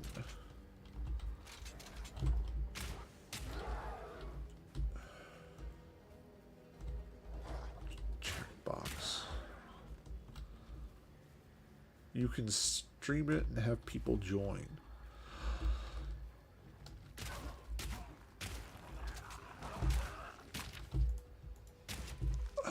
But like, I guess what I'm struggling with here is what's like the, are they like, what kind of party games are they exactly? Is it like ask me 10 questions sort of game, or is it like random party games? So it's kind of like Mario Party if it was just all mini games. There was no like rolling to see who see who wins effectively. Yeah, kind of. Okay. Yeah, kind of. Well, that sounds interesting. I would love to try Mario Party, but like you have to have a game capture, I guess, for that. And as far as I'm aware, well, not as far as I'm aware, I know for a fact that they're like over $100, and I don't have that kind of cash to be just like, here, have this, here, have that, you know, sort of. Right now, I'm saving for a new car because the old one's finally biting the dust. She's having issues, electrical issues, so the moving bramble. Oh man, I triggered the boss fight again. Dagnabbit.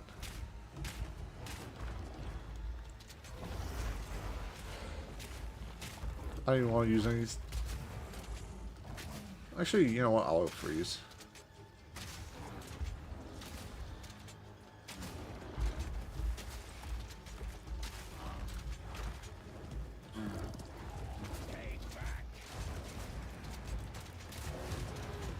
Ooh, okay. I don't know what gold means, but that's different. You can get a capture card for 20 bucks? I had no idea. I thought they were like expensive. Huh. Well then. I guess I can look into them.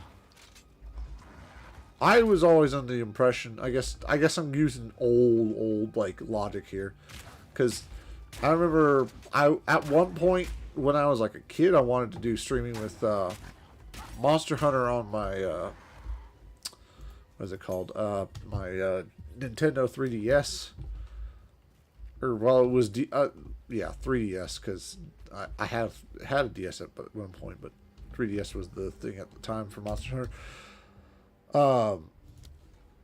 But I guess that was I think about it, that was a custom for 3DSs, and that like that's a bit of a different story, because with I think the Switch, it's like there's actually a plug-in for it, right?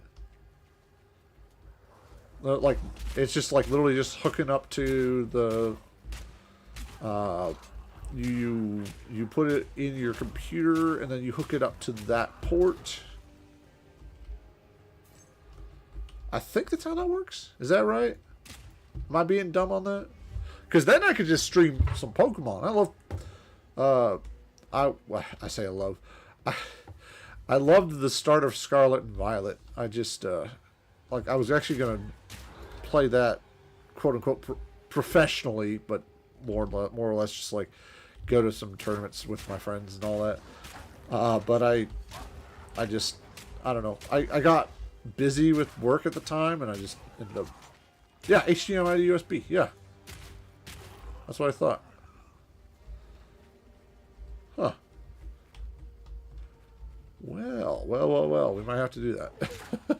That might have to be a present for myself at some point. I'll make sure I have rent first, and then I'll worry about that.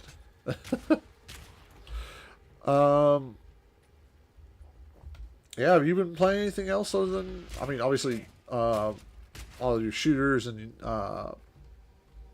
the Green Hell, and I'm trying to think of what else there was that you were talking about. Phantasmophobia. That would be fun. I actually, going back to Phantasma, I know we dropped that a while back, but going back to Phantasmophobia, that sounds like a genuinely fun game that I'd love to play with you at some point. Chrono Cross.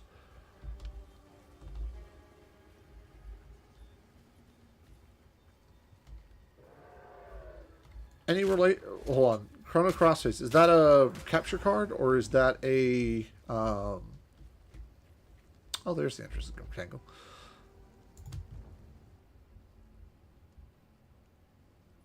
Chrono Crossface. Ooh, is that in the Chrono Trigger or Chrono Trigger? Yeah, Chrono Trigger line of yeah. Chrono Cross is an RPG. That's a sequel, isn't it, to Chrono Trigger? Because I actually that brings up a point. I always wanted to play Chrono Trigger because back in high school for Drumline, one of the shows we ended up doing, we used Scala's theme for one of our I think it was our opener, or like basically the opening song to the show. And so like getting into like the lore and all that of Chrono Trigger, like I haven't gone. It's been a while since I looked into it, but it really did sound like a fun RPG. It's just hard to find anything for it. Like I don't know if you can get it online or what. Through here. Well, not yet. How do you end up playing it? Is it available on Switch or is it? Because I would imagine they probably, knowing Nintendo, they either did port it or it's available as like a emulator or something somewhere. You can get it on Steam. Hold on, I'm gonna actually take a gander here and see if I can't find Chrono Trigger. You can get Chrono Trigger on here. Well, hot dog, I didn't even know you could. That's awesome. That's awesome. I'm gonna have to.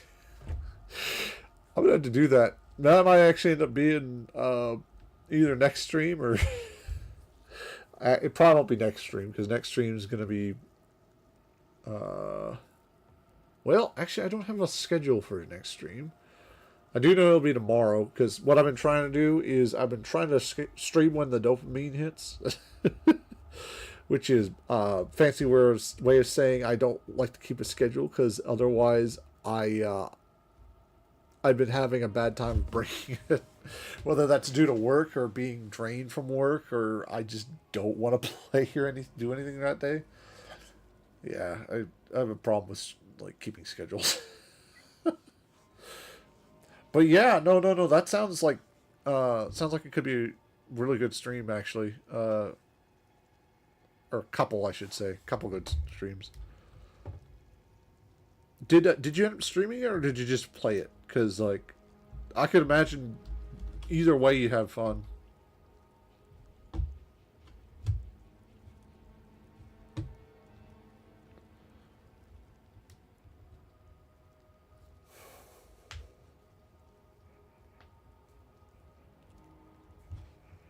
Alright, I'm going to do Una here. Before you thought about streaming. Oh, you know what? I think I might try streaming that at some point because that just sounds like fun. Because I'm pretty much blind at this point because any memory I have of like the lore, I remember it was something about you're like traveling through time to stop some crisis that's happening in the present from ever happening. I think ?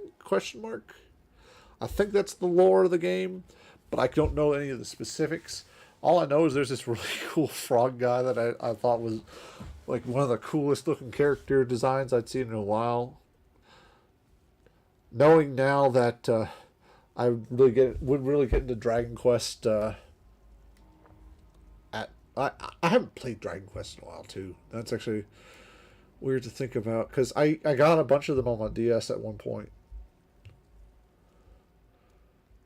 But yeah, we okay. You and I need to figure out what we're gonna stream because I have the same problem with just regularly playing games with my other buddies. It's like I don't know what I want to actually play together.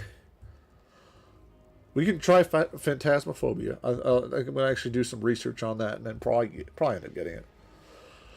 And we can stream together. You don't have to get an avatar or nothing. I'll just we'll figure something out. Whether you want to do it on your channel or mine, or you know, however which way the wind blows. I'm not.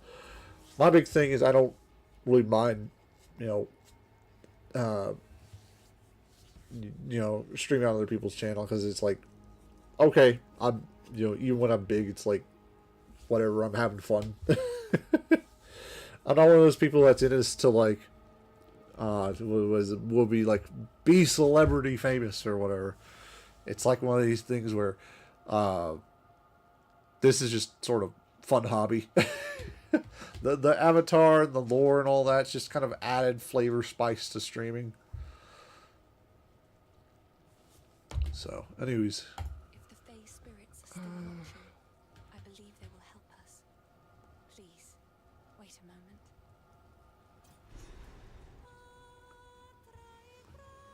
Interesting.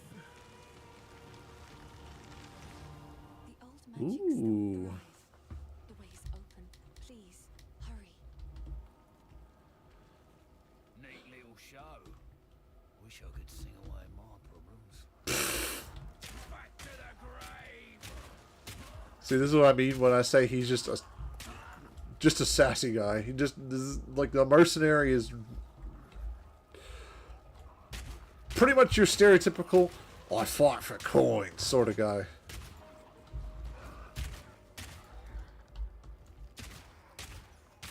Which, aside from the crossbow aspects, which I like crossbows, even they're wildly impractical for like they got outclassed really fast by like genuine black powder.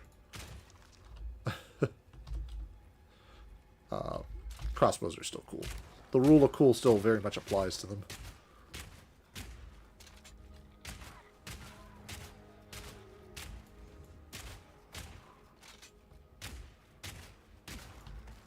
All that sass hanging out, yeah, exactly.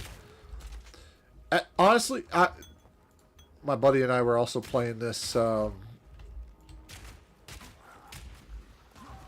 You might remember him from the wedding. General Ice, or I guess you know him as Ian. He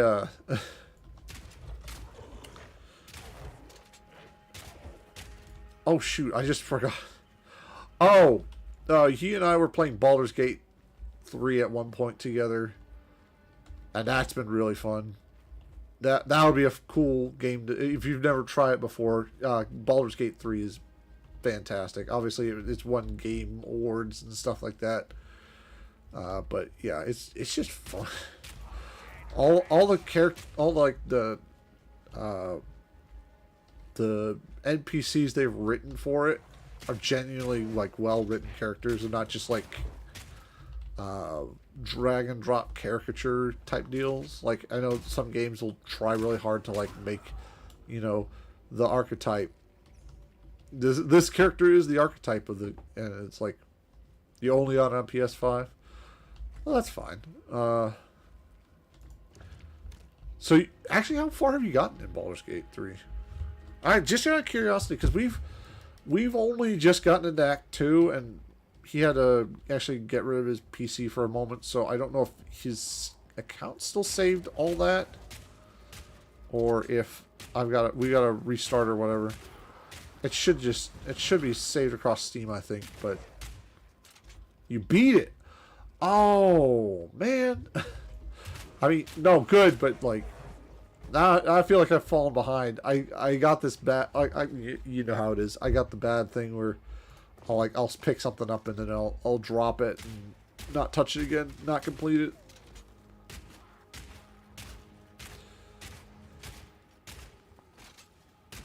My wife says I really need to get tested for like ADHD, and I think I probably do. She's probably not wrong on that. I probably do have it, but I just never really got it. My parents never believed in that, and you know, it's definitely shown that I have lower attention span. So I think it would probably help if I got something to help me boost my attention span.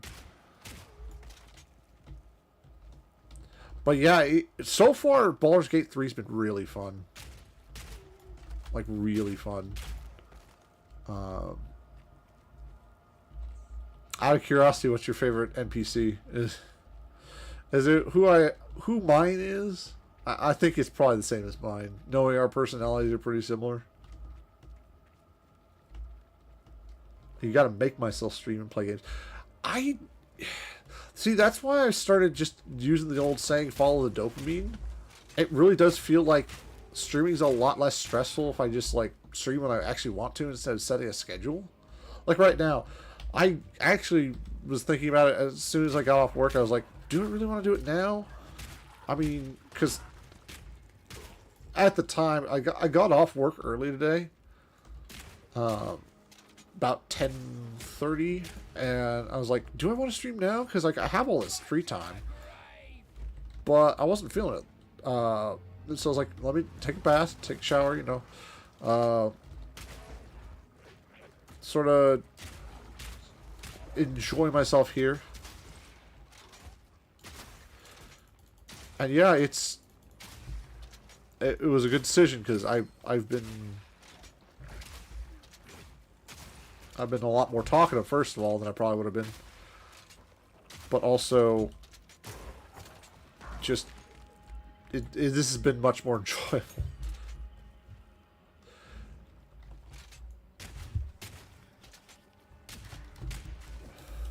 Shoot, I didn't dodge that in time.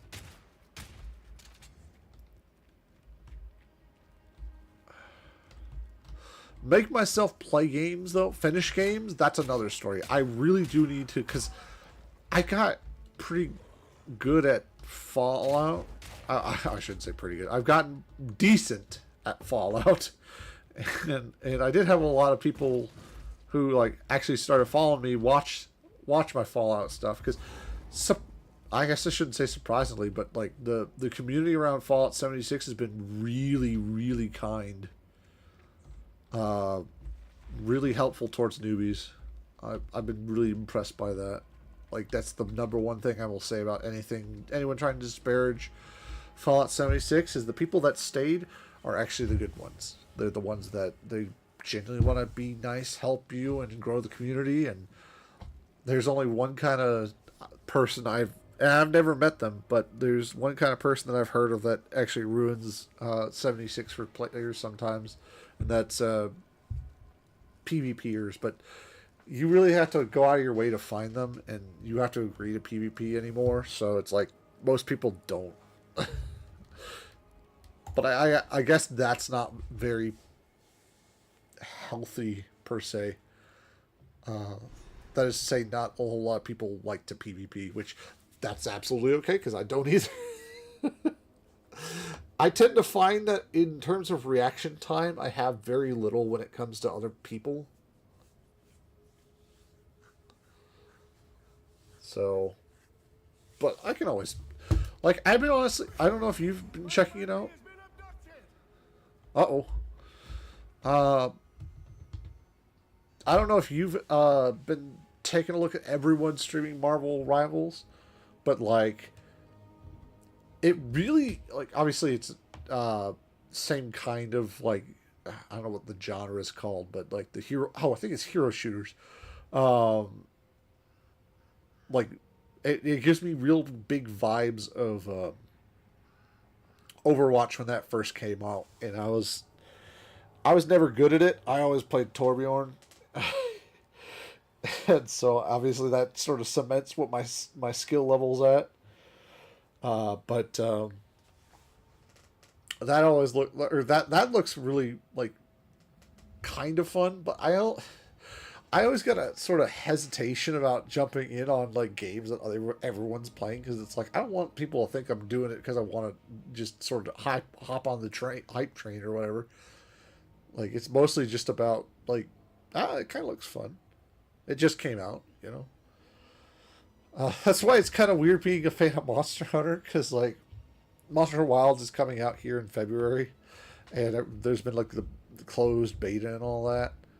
Or not, sorry, it's an open beta. But everyone's been, like, hyping that up, and with everyone who started playing Monster Hunter World, like with the Back to World campaign that happened, which, by the way, I just want to comment, like, I don't know who they got to start that campaign, but like Capcom really, really did good on marketing with that.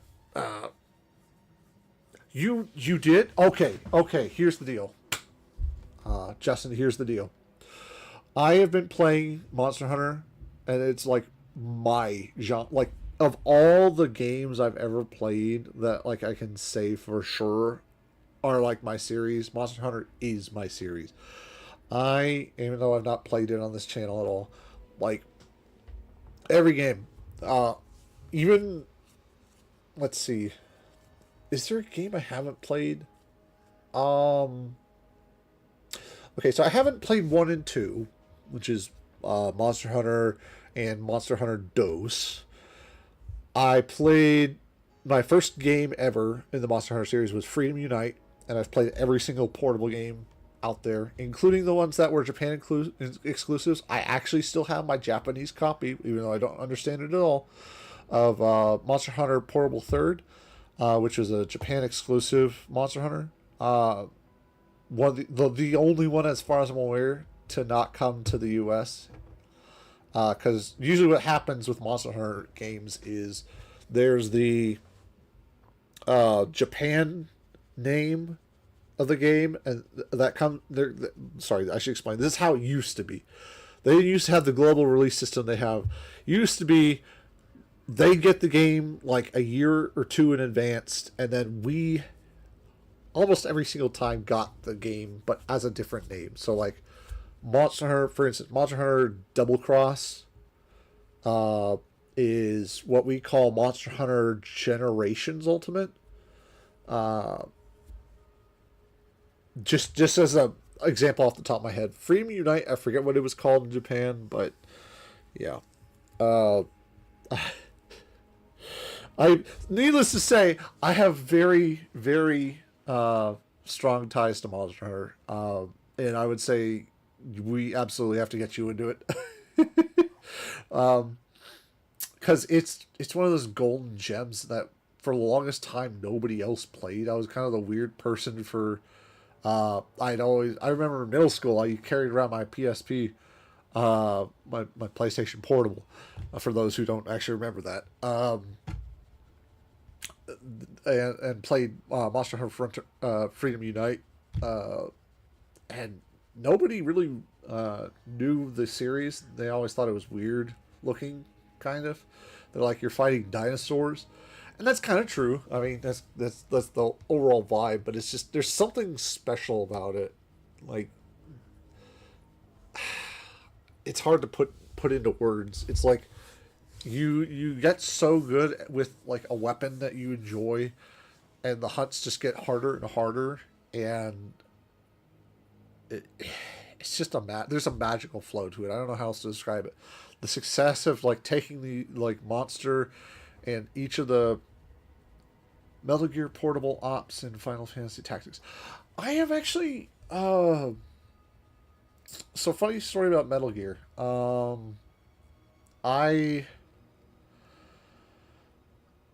I've never played. I'm gonna be so hazed for this. I've never played a Metal Gear, but I've watched all of the, like, it's one of those things where I really enjoy the story, but I've never actually played through a Metal Gear game in my life, or Final Fantasy for that matter. I played Final Fantasy 14 for like a smidge, but like I never really got too far in that. I guess that's an RPG I need to get into, because like I remember it was a couple of years ago. I tried to get into it because everyone was getting really into it, because Asmongold ended up getting into 14, and there was a huge campaign with that, of various streamers streaming Final Fantasy 14,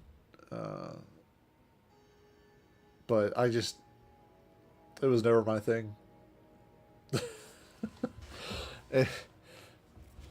I played almost every Metal Gear except Peace Walker. Interesting. because I know the stories of like I don't know if I could read it verbatim what all happens per game, but I always thought that like the undertones of like of secret society sort of controlling the America, just that always made sense to me, and it was funny because it's like it made me think the game was like a little more in tune with America than Americans were. Like Hideo Kojima understands America better than Americans do. Yeah, I can tell some things. I could like I'm one of those people that's bad with names of stuff, so like I couldn't tell you specific like the difference between like let me see. I know Big Boss and Snake for sure. Ocelot, or well, Revolver Ocelot, and then like those are the main people I can like for sure like point to and say yes, I know their names. Oh, Huey, I know I remember Huey and all them. But like if you had to like if you put a gun to my head and said, "All right, I need you to name this character," I'll be like, I don't remember this guy's name. I think there was a guy named Vamp that I remember the cutscene for, but I don't remember anything else about the character. I'm just very oddly specific with the names, but not the actual like helpful details. If that makes sense. Maybe that makes sense. Maybe it doesn't. But yeah, I wish I could learn more about or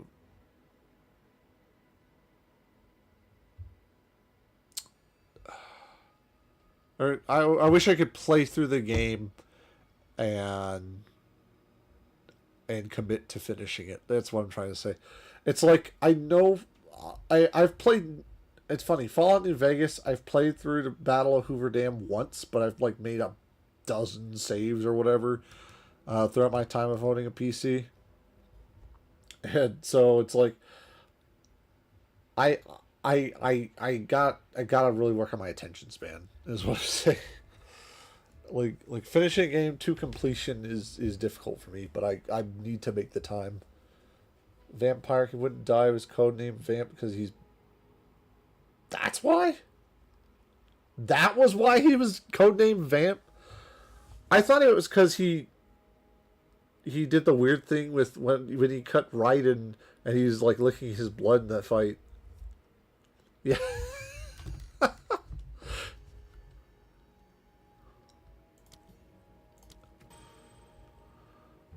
Alright, let's do this. And oh.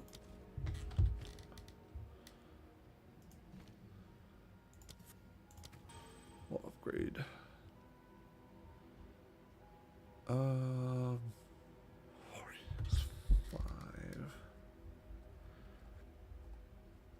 I really gotta start using explosive grenade.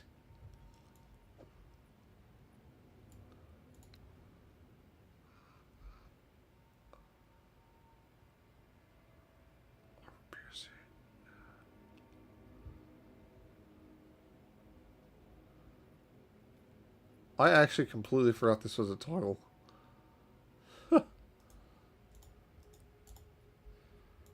That's weird.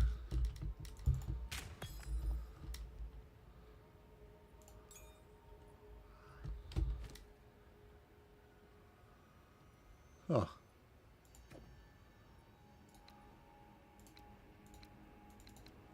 Interesting. Oh, this is what I meant to do. That's okay. That explains that. I know how to just. Okay. Okay, we got it. But nanomachines healed his wounds fast. Yeah. The lore of Metal Gear is I know the underlying tones, but about nothing else. As bad as it sounds. Like for instance, maybe this tells me how like I know of Metal Gear, but I'm really bad at actually remembering like any lore pertaining to it. Plot of Metal Gear Solid is because of one man. Yeah. Boss, right? Big or is it Boss or Big Boss? Big Boss is the who Snake is a clone of, right? That's my understanding. Zero. Okay. Right. Okay. Our victory is never complete, so long as the Ezamites resist us. Let this graveyard erase their stain on the land.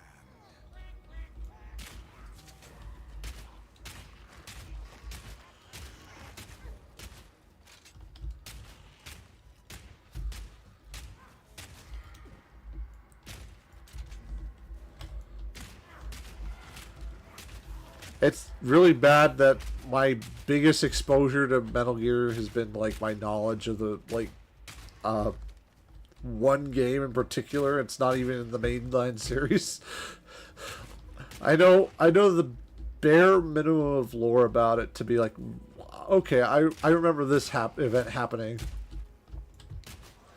And like I know the lore behind the Metal Gears is basically just their mobile nuclear launch devices, essentially. But the game I know the most about is probably not a shock to you if you know anything about memes, but it's the non mainline game Metal Gear Rising Revengeance. Which I'm so sorry, that's the only one I know. It's like, yeah, I won't sugarcoat it. Yeah. Yeah.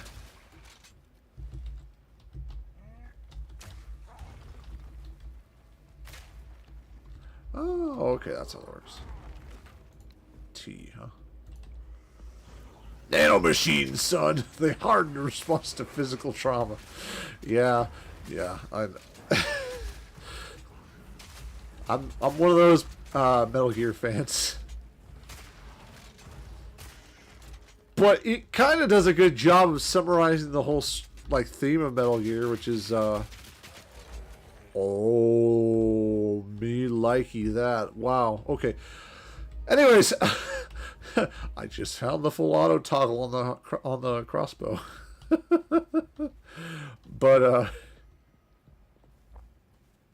I'm sure anyone who's actually played Pathfinder Exile for a long time just realized how stupid I am at this moment.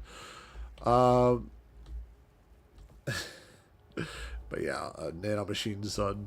The summarization of Metal Gear is the thought of how humans respond to war, basically. So, is war really inevitable? Is war really like necessary? And who benefits most in war?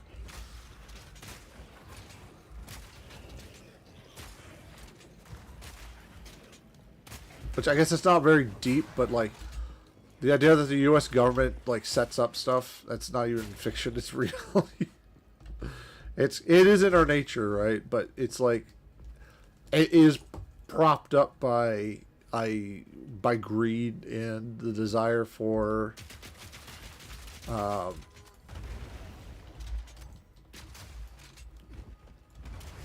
continuation of benefits at the behest of everyone who's actually like suffering through the consequences of it. So like obviously like you take the war in Iraq or in Afghanistan as sort of an example of that. Wasn't really about avenging anyone. It was all about the money, all about that sweet Kuwaiti oil money. And just sort of the reason why like so many wars end up happening is because they are set up so that people can make money. Like that's what I've understood of the series so far. It's just been like, yeah, there's the whole secret society of the Sons of the Patriots, but it's like, what is the why do they act the way they do? Because they're all about control. It's always been about control. Money is a form of control, but it's all about control.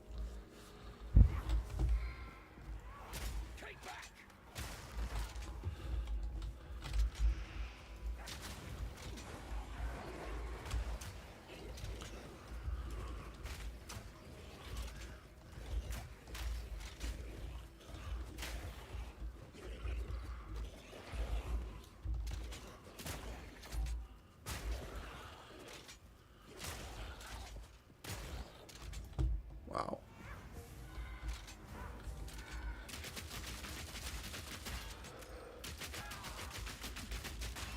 Not bad.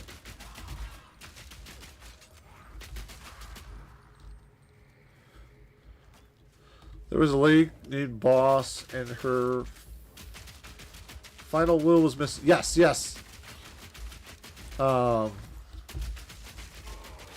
She wanted an end to war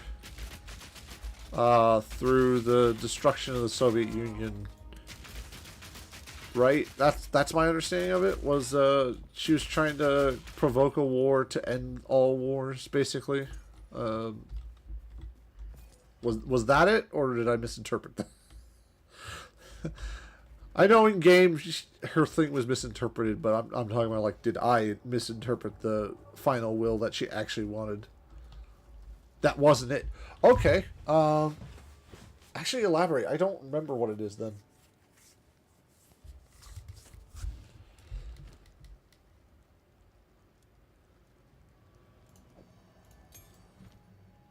Oh, okay. None of these are.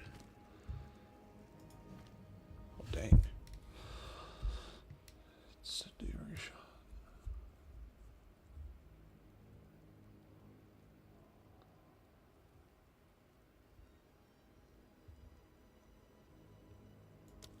Bolts from incendiary shot shatter on impact, also hitting enemies behind. High velocity.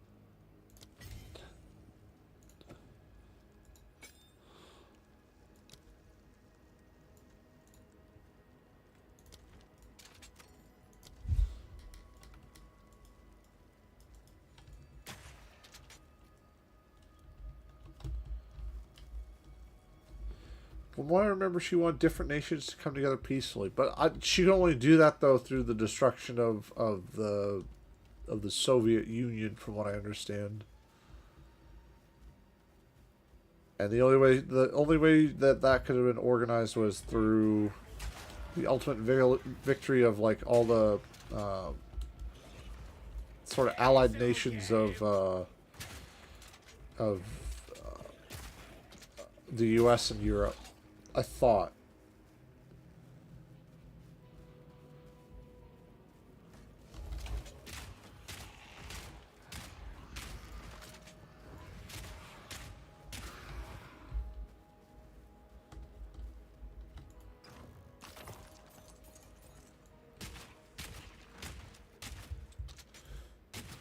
Honestly, it sounds like I just need to sit down and play the games.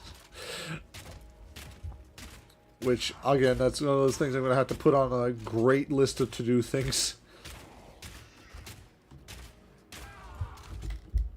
It honestly wouldn't be a bad thing for me to do. I mean, I'm sure that Steam will have a sale on them eventually.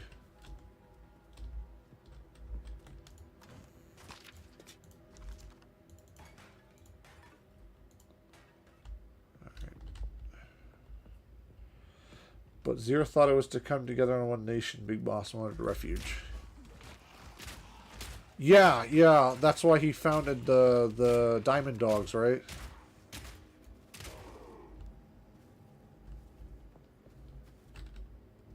Except it wasn't it wasn't Big Boss who founded Diamond Dogs. It was Venom Snake, right? No, not was it Venom Snake or was it? I don't remember who you. Basically, one of his clones. I don't remember who it was specifically. If it was Venom Snake or if it was Punish. Maybe it was Punish Snake. I don't. Again, I'm not good with names.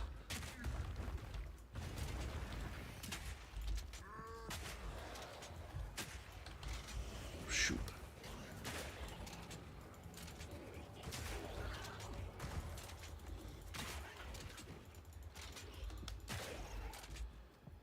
Phantom Venom Snake. Thank you. That's what it was.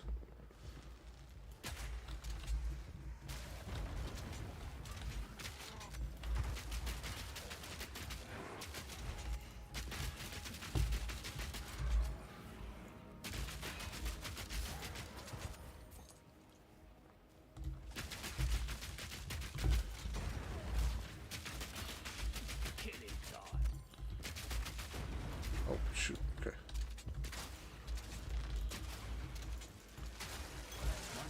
Ooh, okay. Okay. We really big John. Games that have great lore. Exactly. Like, why would I want to play, like, a roleplay game if I don't even get into the lore? Like that's my big thing is if I can't get into the lore of the game, really can't get into the game, period.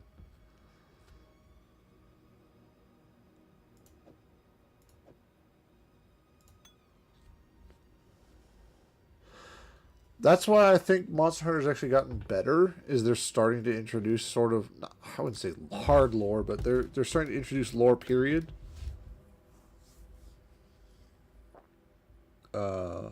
They've always had the ecology aspect of it, like monsters having certain interactions with each other, which I can totally go down a rabbit hole with that. But there's something about like interpersonal conflicts in like when it's actual interpersonal conflicts, like how the Metal Gear series has it set up, makes a game really special.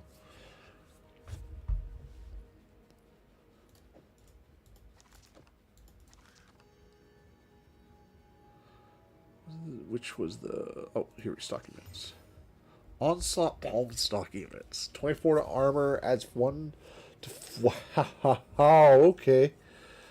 11 increased critical damage bonus. Gain 2 life per enemy hit with attacks. Okay, yeah. Yeah, I mean, yeah, just strict upgrade. Can't argue with that logic.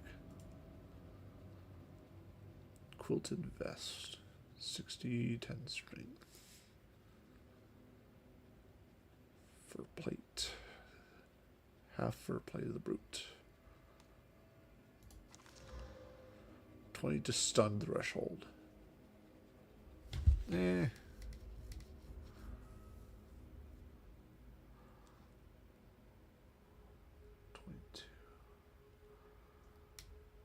Might as well check this out. Stun threshold. Yeah, I'm alright with that. But yeah, it's one of those things where I really... Ooh, yellow chest. Nice. Gotta stay quick on my feet. I don't really need that, though.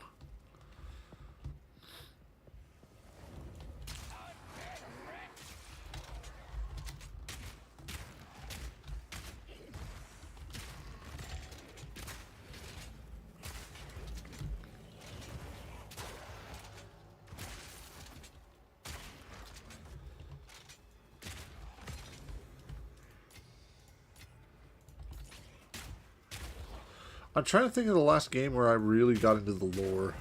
Like, besides... No room.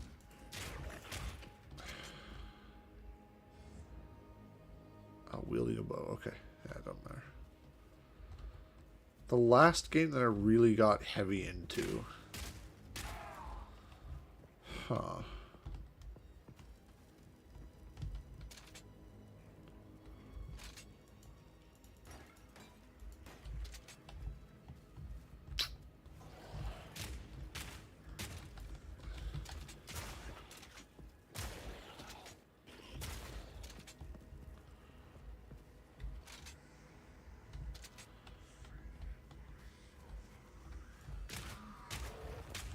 No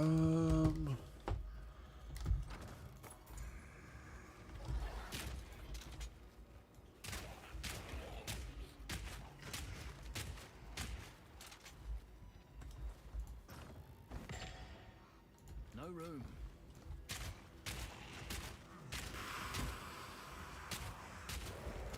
Really trying to think. Let's see. I'd say, let's see, best lore I've heard in a while.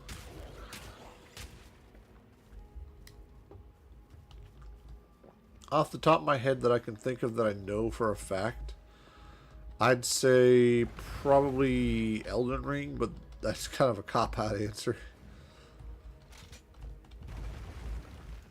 That's got recency bias to it.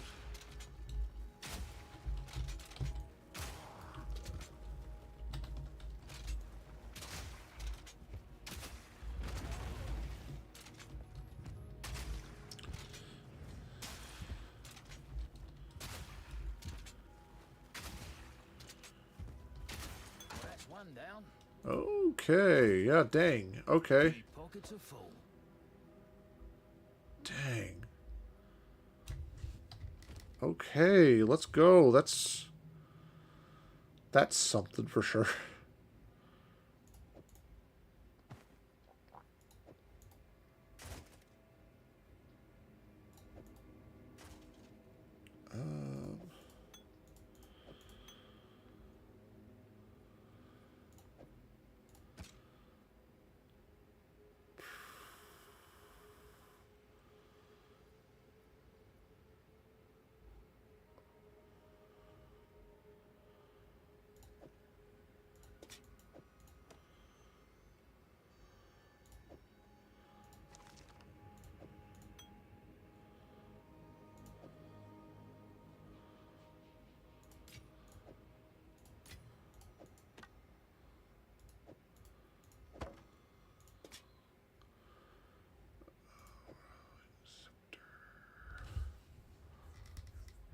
Okay.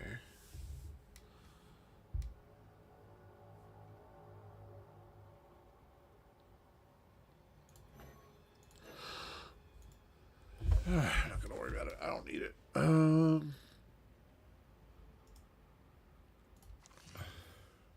20 to armor, 18 to max mana, 13 to increase hit chance. Have you actually looked into any of the Elden Ring stuff? I know that's kind of one of those things where it's like, yeah, that, like everyone of their brothers talked about Elden Ring, and I haven't kept up on the lore in a while, especially with the DLC that came out.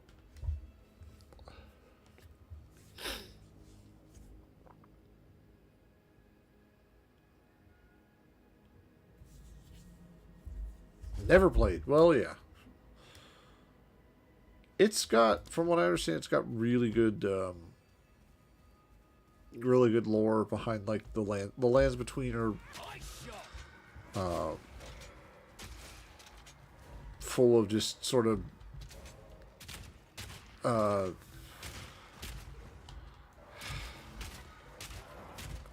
do I say this?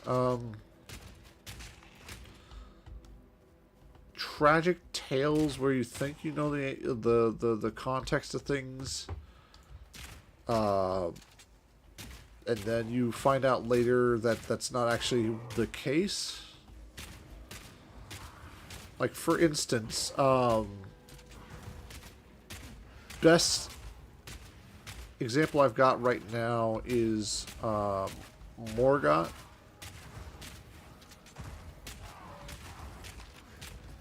Or sorry, is it Morgoth or Margit? Oh no, the same person. I'm sorry. So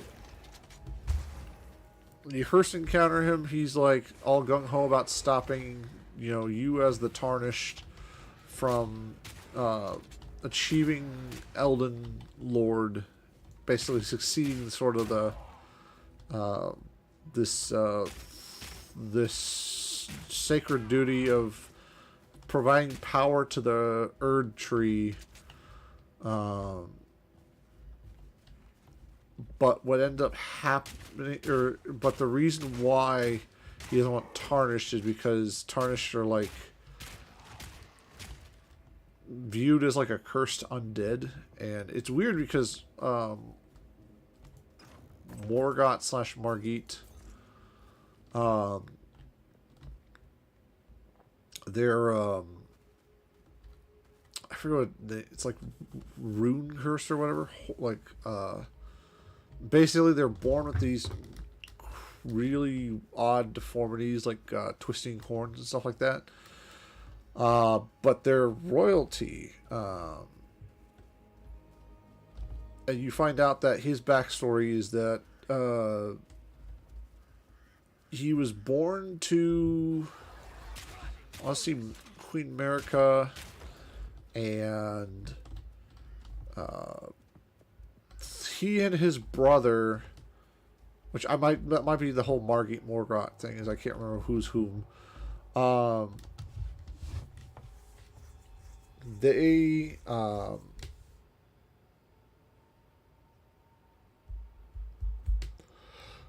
were locked in a really crappy dungeon for a long time and pretty much abused because of their deformities and stuff like that. Whereas, like, since everyone else who was like that was not born of royal blood, basically, they were all pretty much experimented on, killed in mass, stuff like that.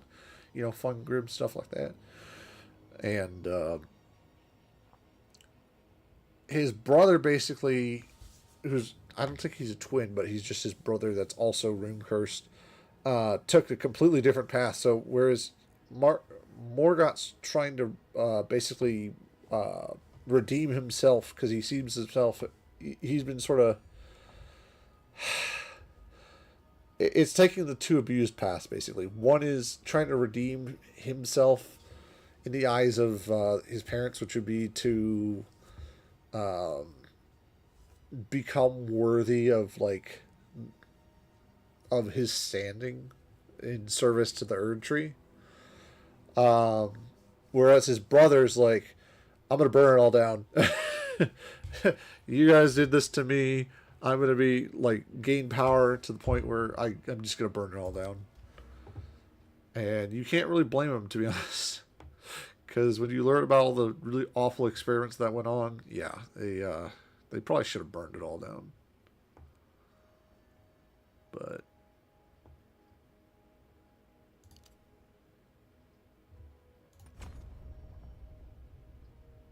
should probably get that at some point.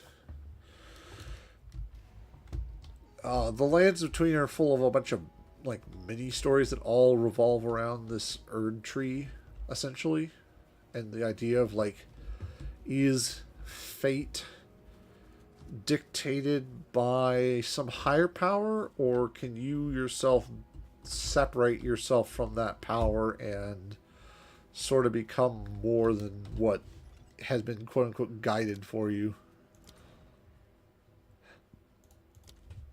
Because there's like this concept of like these outer beings called the Fingers that they're allegedly like the reason why certain people get certain blessings and curses and stuff like that. But I can't explain it too well. I'll be real with you. There's a lot of better lore channels that explain it better.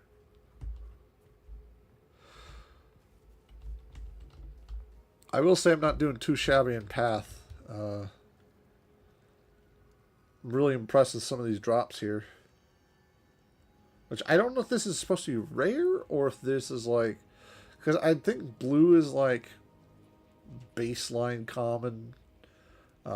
Whereas like yellow, I'm assuming is like an uncommon level. I'm not entirely sure.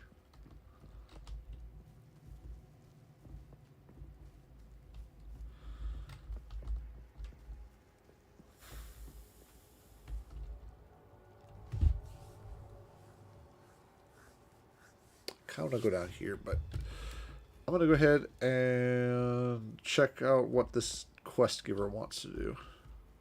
Yeah, not sure. Yeah, exactly. We'll just find out on our own, I guess. That bastard tyrant creature Draven. He's taken my family. Draven? Draven from League of Legends? Somewhere beyond these gates. The League of Draven. Somebody call Tyler 1. I sent for reinforcements, but it's been so long. I must get through the gate. I was just saying, I don't know if you recognize any of those names at all, Justin, or if it's just, I believe those cowards took them. if I'm just spitting jokes into an empty audience, relatively. Yeah. Gosh. Man, it's weird to think that, like, the whole, like, League of Legends drama with, like, Tyler and all that was so long ago at this point. It's like, I want to say 2013 or 14? Man, it's weird to think that was so long ago. That's like over 10 years at this point. Like, I genuinely can't believe that's the case. Into the mausoleum. Alright. I don't know about the drama. Oh, it was just Tyler's, you know, toxic. At least that was the story before he became reformed. Yeah. Yeah, reformed Tyler. Which, to be fair, I don't know how he was after that. It was just, that was always a funny joke. Tyler 1 was always fun to watch. Oh, gosh. There's a lot of content creators that just don't exist anymore because their content got banned for them being too toxic or whatever.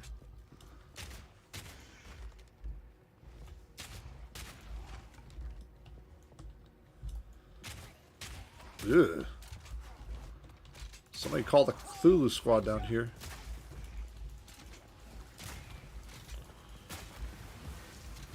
Oh gosh. Okay. Yeah, we're just nuking that. Goodbye. Goodbye. Woo! Okay, I don't know what that was. That was not good. Alright, let's see if we can clear a little better. Goodbye. Wisdom.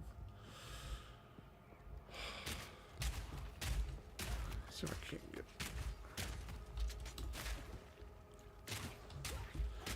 There we go.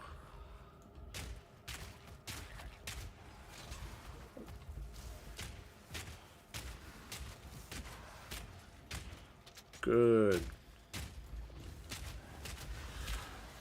While these angles, I kind of wish they'd change. You were able to change your POV because I can't tell what angles are what.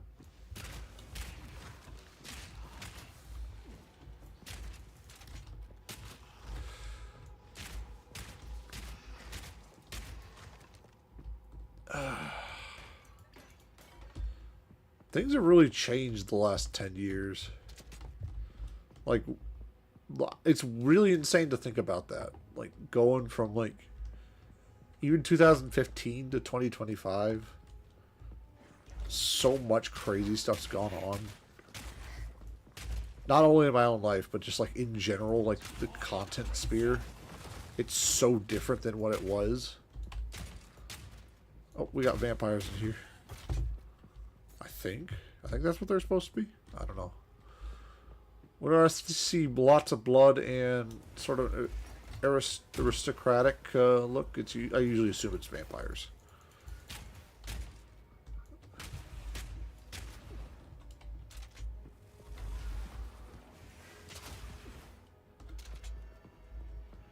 Ooh, hello chest. Sabatons. I don't need that. The gold I'll take, though.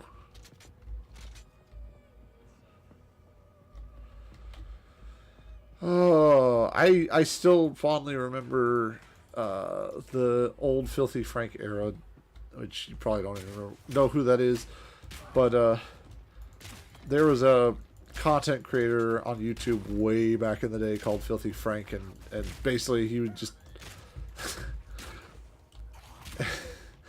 how to describe him without making me sound weird. Let's see. Getting remarried to a couple. That's interesting.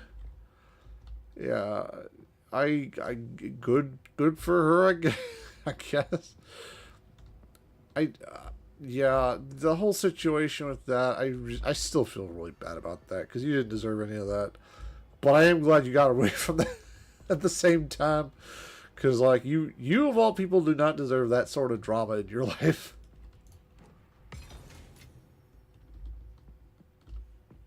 And not, to be fair, neither of your daughters. So.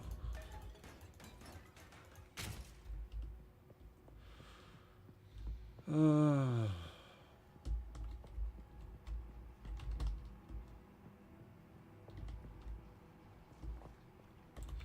of bones.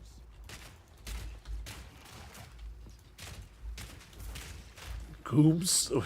I almost thought that said goon slicer. I was about to get very concerned about...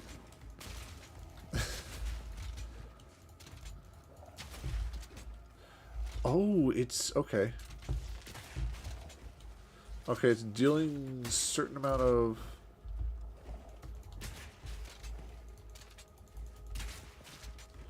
Okay. I'm trying to figure out when he's... Oh, okay. I have no idea when he's vulnerable, so I'm just going to go ahead and go around him.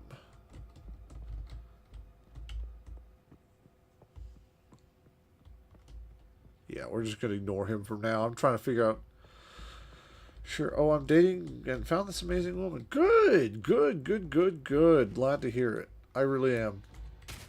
Because, yeah. You need, like, if you are going to get married again, you need to find someone who's, well, to be fair, you don't have to try very hard to find someone better than the last one, but, I really shouldn't disparage. I'm sorry.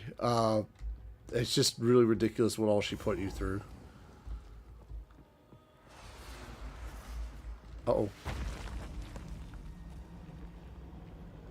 You will have eternity to regret your intrusion here. Oh, it's the League of Draven. Precise and deadly. Oh, no, that's not what I'm looking for. Your soul is mine. Okay, so I want to do this. Your soul is mine. The spirit's hunger. Rend your soul. Your soul is mine. Last time I checked, it's not. My beloved Asinia. Your request.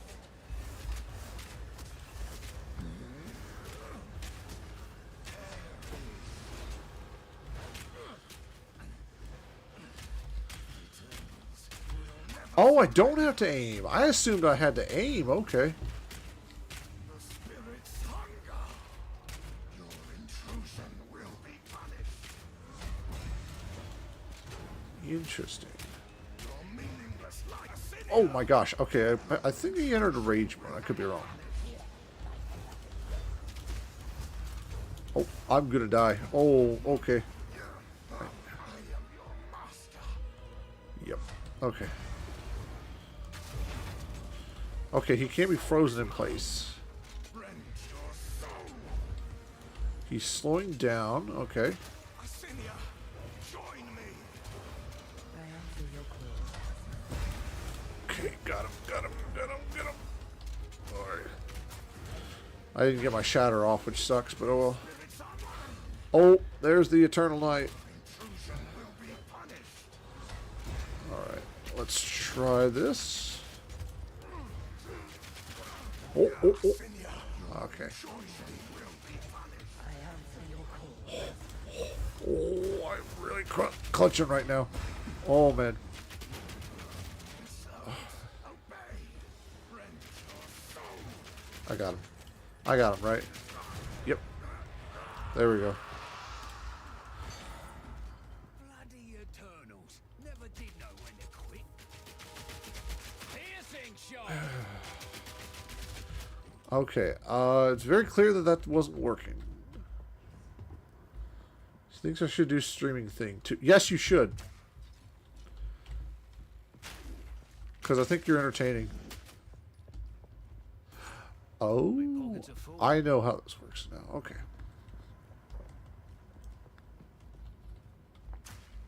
You see, I figured it out.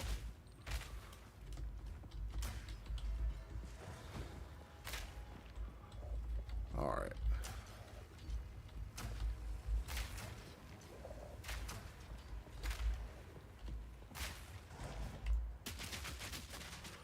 Yeah, I figured it out. It's only when his shield's up. Got him.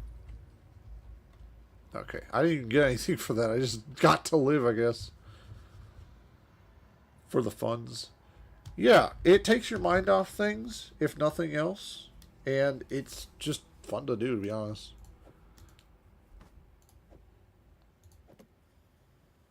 Okay, I guess I can't have both. I don't need the sun threshold, though.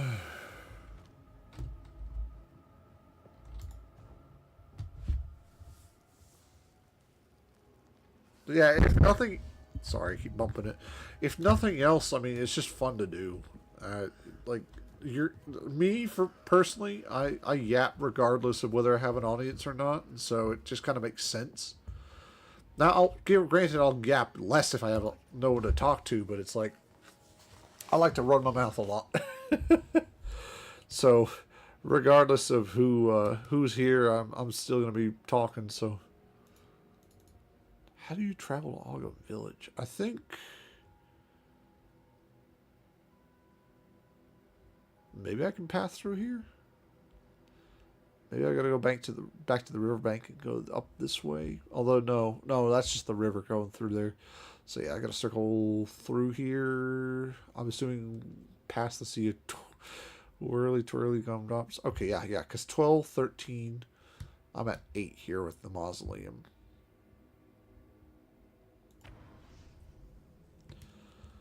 I'm kind of a quiet guy, but we'll talk. Well, that's just the thing, is you don't have to be a yapper.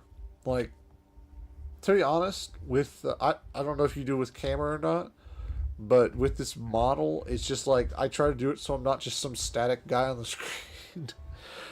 Because otherwise, I mean, who's going to want to watch just, like, me sitting here just...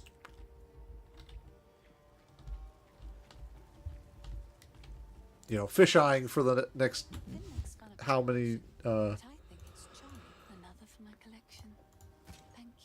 times, you know? I don't know how else to explain it. It's just like to me it's better to yap than to, or it's better to have a model if I'm gonna say, or for me to talk since I have a model. There we go. I knew my words would come out in some way. Just I was hoping that it wouldn't be too stupid. So.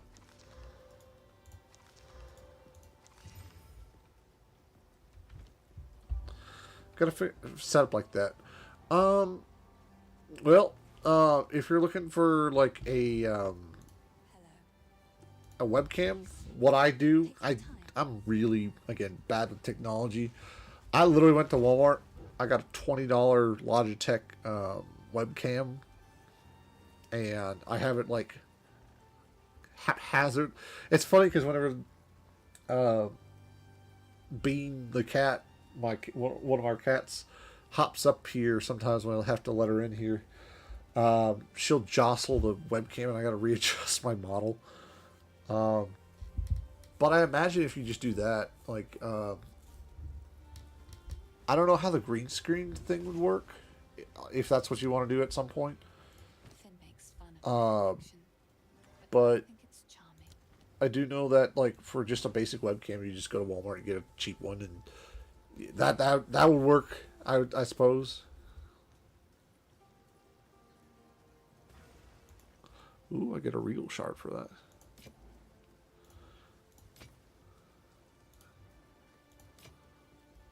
Two regal shards. Okay. Well, ping. Okay, it doesn't want that. Probably wants this, right?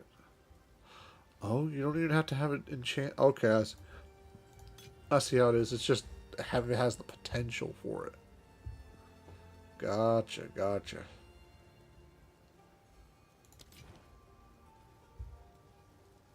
Finn makes fun of my collection, but I think it's charming. Another for my collection. Thank you.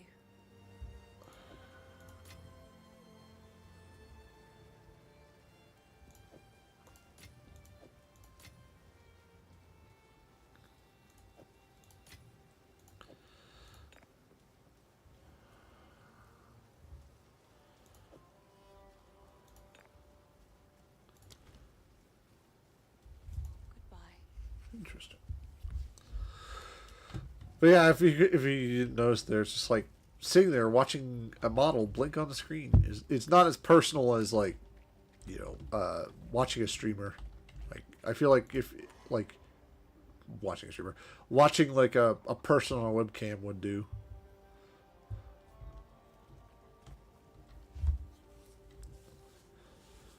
Like I feel like being like not having like a model to worry about constantly having done is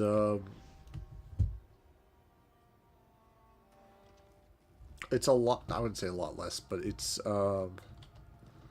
less of a less of a headache about worrying about action. Oh, I forgot.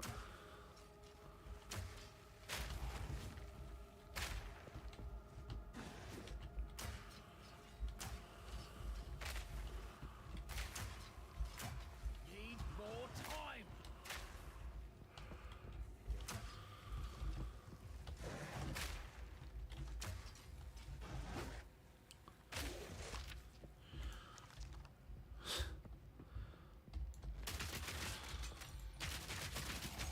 Got it.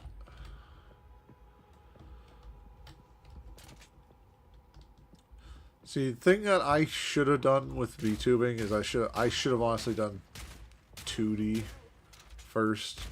Well, this sorry, let me clarify. This is 2D, so the model I have right now, it doesn't have like it kind of has depth, but not really.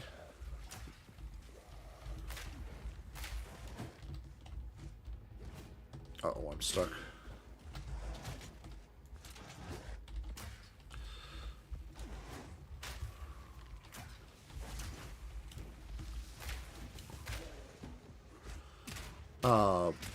But I'm talking about like a PNG because it's cheaper. I spent a good amount of money on this model. And I'll be honest, my wife wasn't too happy, and I understand why, because it's like I did spend a lot of money on it. But to be fair, I didn't do it without saying my intentions and the fact that I was going to be doing it. Anime girls, well, that's just it. Is that's what a lot of VTubing is the anime girl thing, and I ain't gonna knock it. I like it. That's part of the like those cool types of models are really neat. It's just like I'm one of those guys who even like if it's like a video game, I don't even play like female characters, so. There was really no option for me personally to want to play any or play as a like or to role play, not role play as a girl, but like to like how, because there are actually male VTubers that do that. They have female avatars. They talk completely normal. They're not role playing as a girl. It's just like sort of a selling point to like get people to watch them, and that's fine. It's just like people who play like females in video games. It's just their preference, and it's like, okay, like what you want me to knock that? No. No, play what you want, man. Play what you want. Do what you want. As long as it ain't hurting people, not my business.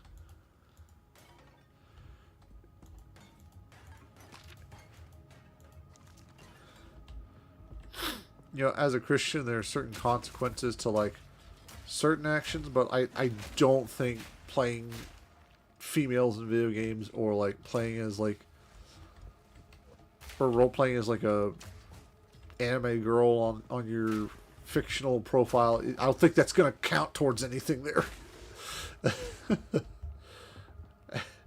And even if it did, I'm literally we were told not to judge, so I don't judge.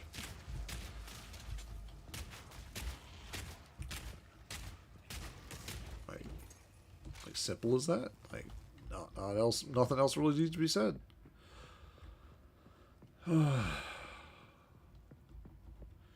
And I would like to make it big someday. That would be awesome. But realistically, I mean, it's like I've seen how many like VTubers there are. How many? And that's just VTubers, not even just regular streamers. There are. There's a good likelihood that I'll never get big, and that's okay. You know, I'm not gonna like complain. I mean, I'm just doing this for fun, right? If it gets big, that's pretty neat. You know, be neat to be able to do things for fans. I wouldn't even say like having fans, just doing things for fans. Oh, I was supposed to grab this. Whoops. I didn't even notice that the first time around. But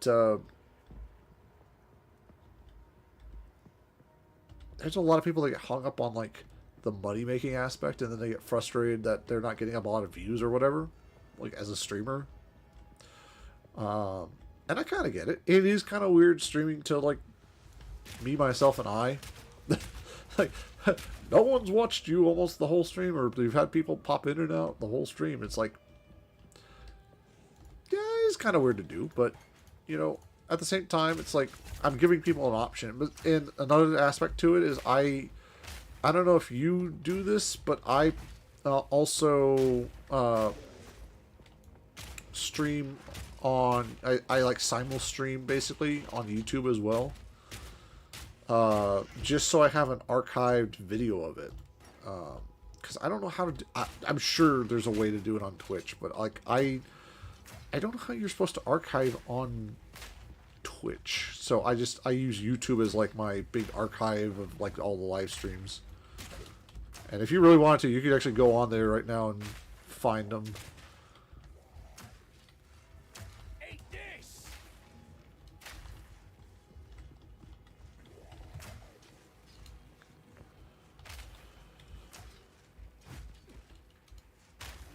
There we go.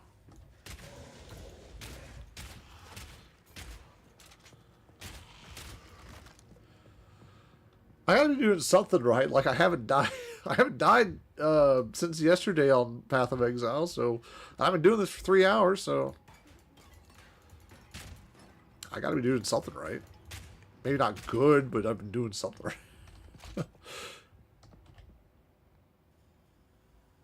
Yeah, as I say, way I've been doing it is I've just been using my YouTube channel as like when I simul stream, because it's the same input, so it's gonna record the exact same thing that Twitch would have. It's just that I will actually be able to find it. But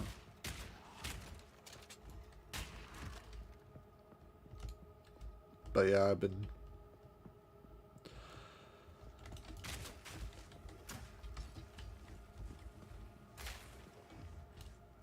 Gold amulet of plunder, huh? Oh.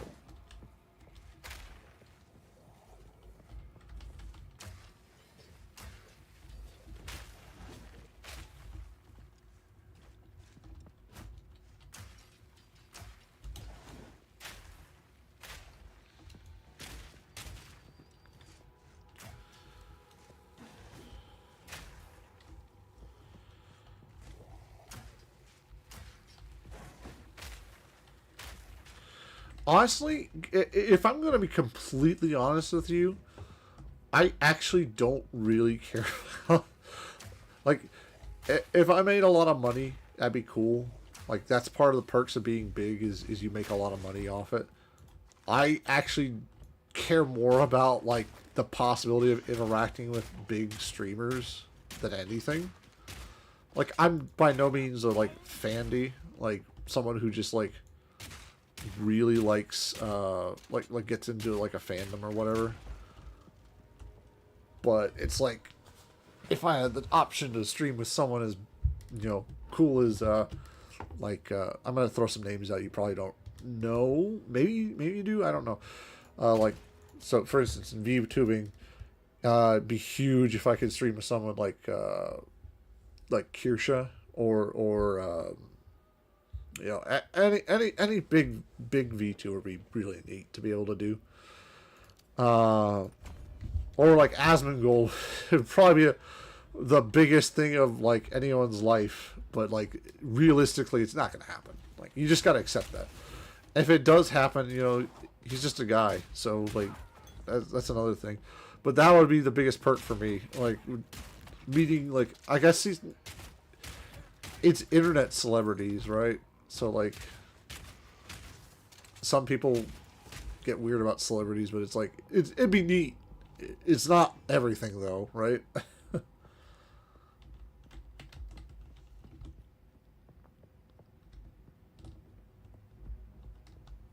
But that would be a huge...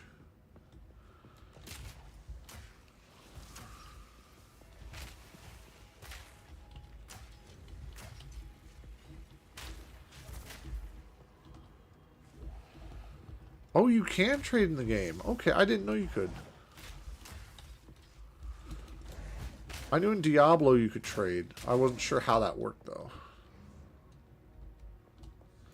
But yeah, honestly, if I just get the chance, there's one VTuber right now I'd really like to stream with at some point. That's within, like, reasonable, because we've interacted before on Twitter. But, like, it's not like first of all, interactions on Twitter do not what's the word? Construe actual, like, friendly relations. Like, Twitter's just kind of its own, like, verse of people interaction. But Celestium is this really cool Christian VTuber that she does stuff like Bible studies and all that, and I think that's really neat. She does game stream, obviously, but you know, that'd be a good first, like, major goal, right? Because I mean, it's within reason of being able to interact with, but not like a like stupidly lofty goal like Asmongold would be. And the only reason I don't say that to disparage Celeste, it's just like that, like, Asmongold has a billion better people to interact with than me.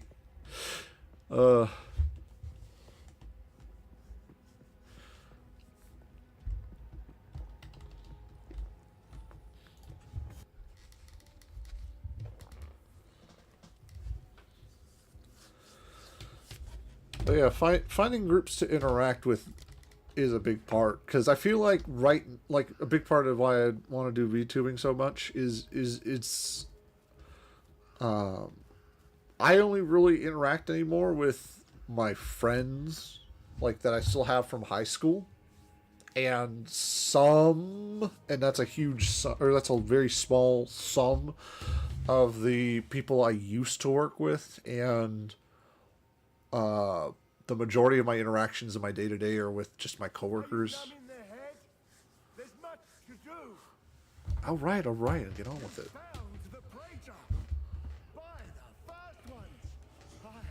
I can't quite believe it. But there's no time to waste. We must get through the gate. Find the Praetor's witch. Find the other key.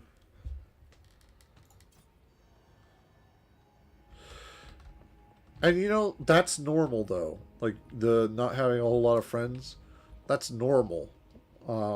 I don't want to disparage anyone by saying that, like, you know, I have so few friends, you know, that it's sad. It's not. It's actually very normal for adults to not have a whole lot of friends. But that being said, I always like having more people to be able to hop on and play with, you know, just to interact with. It's nice to have company.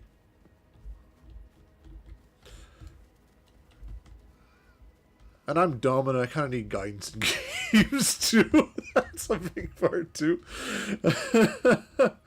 I'm, as Forrest Gump would say, I am not a smart man, Janai.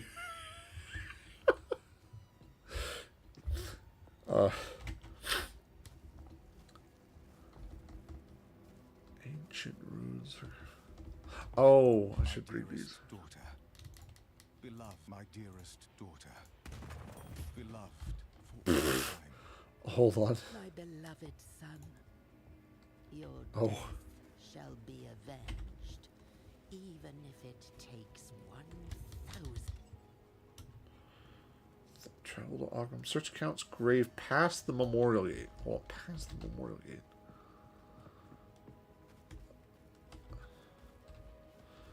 So I gotta go to the Tomb of the Consort. There's a checkpoint here. It's a scene of Let this be proclamation. a testament for all time.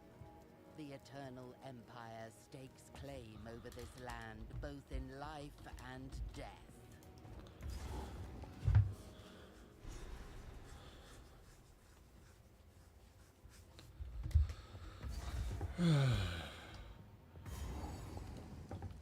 I think people tend to focus on what they don't have a lot, rather than focusing on what you do have.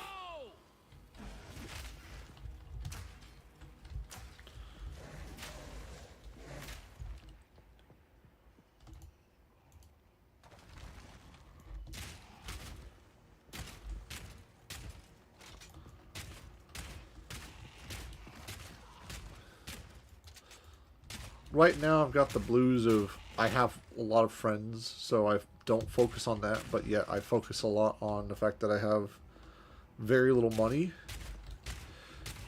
And everyone knows that the focus of what you don't have is the leading cause of misery for you.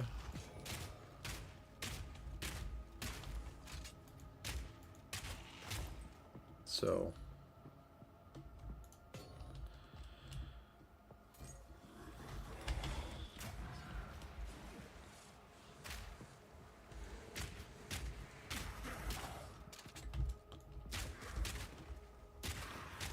Oh, that's what that is.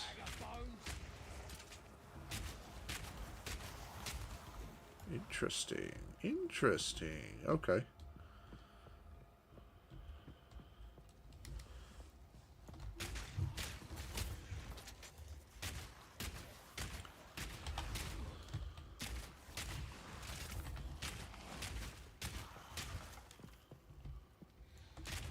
Oh, wow, those things are freaky looking.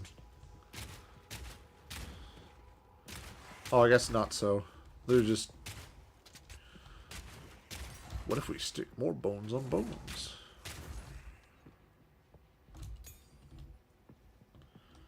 Focus on the positives. Well, I will say this. It is hard to do that. I'm not faulting anyone for not focusing on the positives. There we go. That's what we were looking for. Because, truth be told, it's,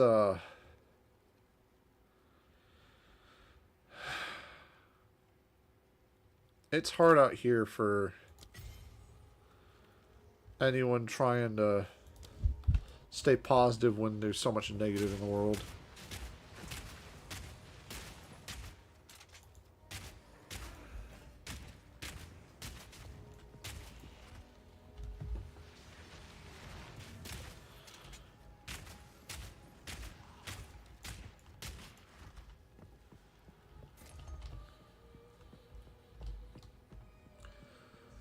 Like, sometimes positivity is in low supply, and you just need to vent.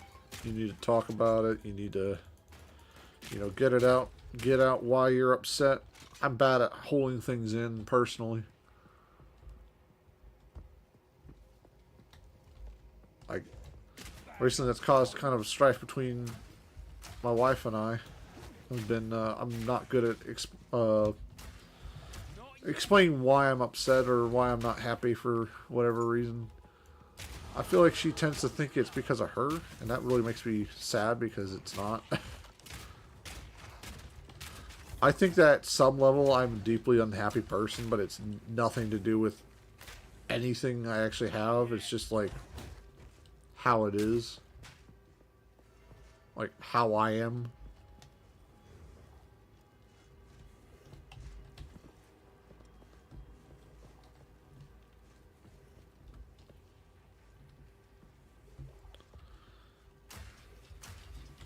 Not yet.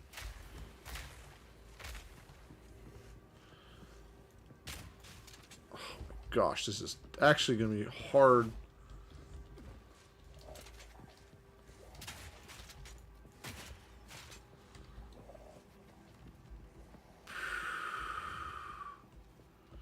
Temporal bubble, huh?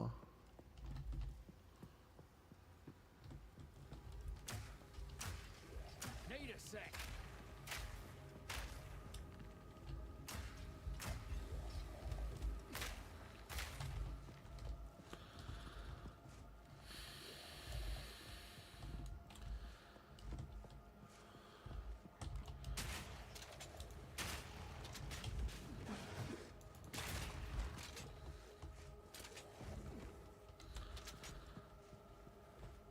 A lot of times it's easier to bottle things up. Just because you feel like you don't want to offload them onto other people you care about.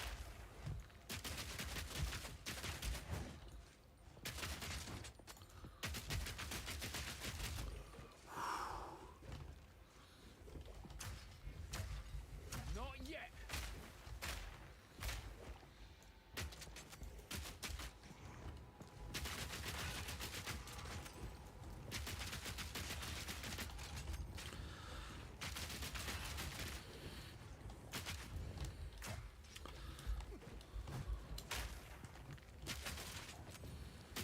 Killing time. Yeah, if you've never had to.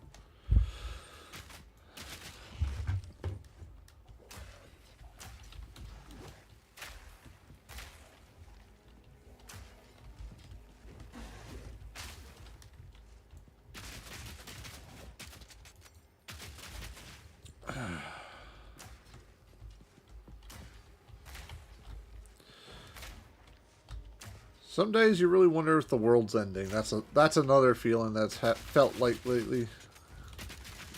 And it's not like in the moment especially. It's just like you get in a headspace where it's like the inevitable heat death of the universe is gonna, cause everything to end. It's like, yeah, but that's not what the problem is right now. Like your mind will just wander for no reason. I'm assuming you've had something similar. Need a sec.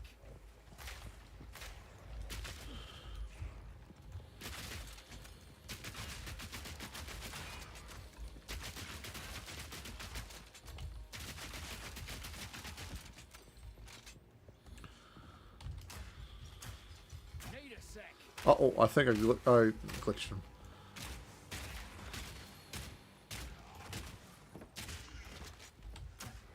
Yep, we got him, boys.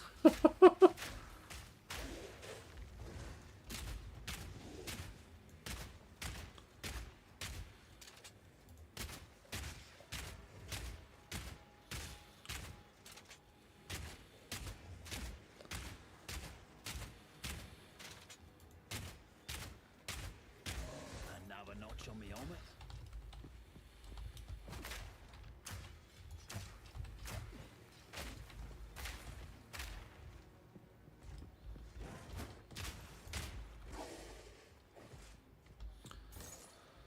Gauze wraps. Not worth it.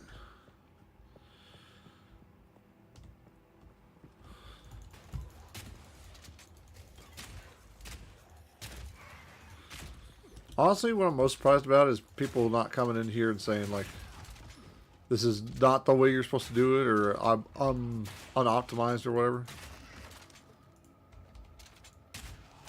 Because, from what I understand, there's a lot of, like, I wouldn't say elitism, but just a lot of, like, optimization, like, seeking in the Path of Exile community. Like, it's less about, like, oh, you're running terrible, you know, build. It's more like a, actually, for optimization and damage, peak damage phases, this is what you want.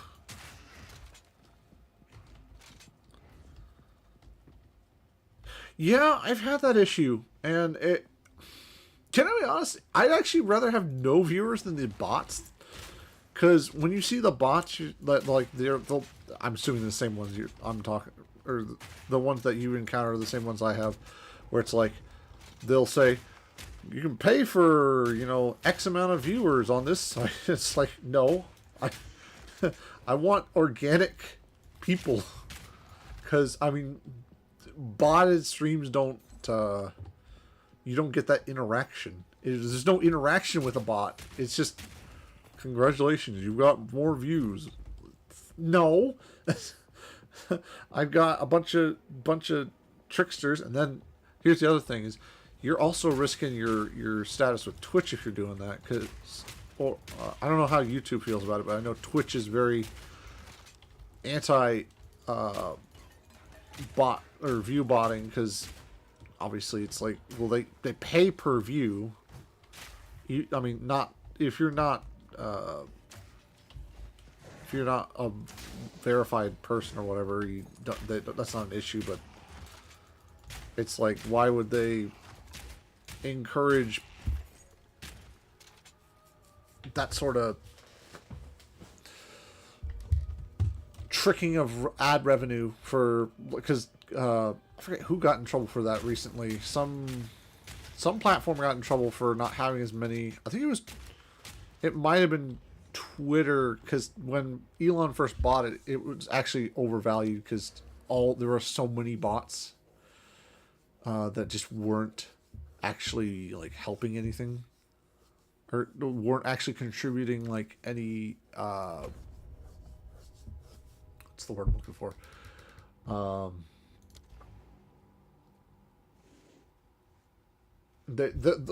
What advertisers want is people who can buy products. And if they can't market to people who actually exist, then they're not going to waste their money. It's fraudulent to do that. That was what I was looking to say. Yay, brain worked once. Oh my gosh. Get out of here.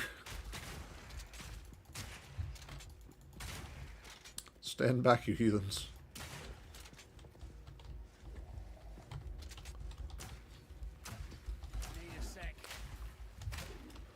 Yeah, there we go.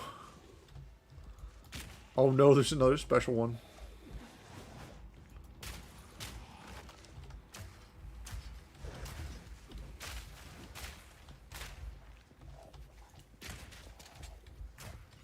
Need a sec.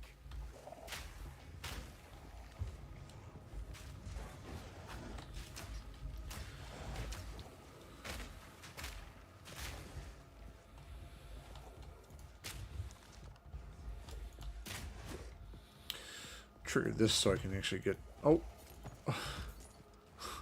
Dang, you're supposed to be... Thank you. Skeletons. No, Justin, you may be asking, why do you want more skeletons? And it's because when you kill an enemy, it regenerates. Okay, I'm gonna eat, actually. Or drink a potion first. But yeah, no, you're the same as me. I don't want to like take shortcuts for growth, because first of all, if you don't have high streamer growth when you first start out, that's fine. If it's been like a while and you still haven't gotten growth, then instead take a look at what you're doing compared to what everyone else is doing, right? Because like, everyone, it's true, everyone grows at their own pace, but you also got to keep in mind that there's a reason why certain people get more views than others. Now, are you talking enough? Are you providing the stream what they want to watch? Maybe you're not like playing a game that is particularly like well received by like people watching, right? So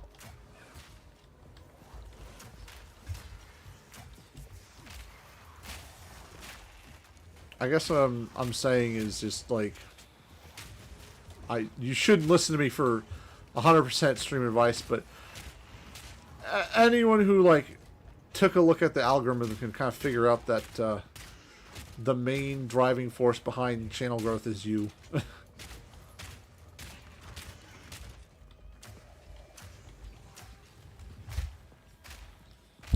It is tough to say. Yeah.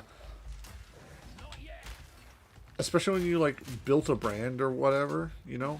I can't imagine how hard it must be for people who like are well established and they either fall off or in viewer count, or like they just like they try to change up once and they just suffer for it, and it's silly because like maybe they do enjoy something better but like their audience doesn't.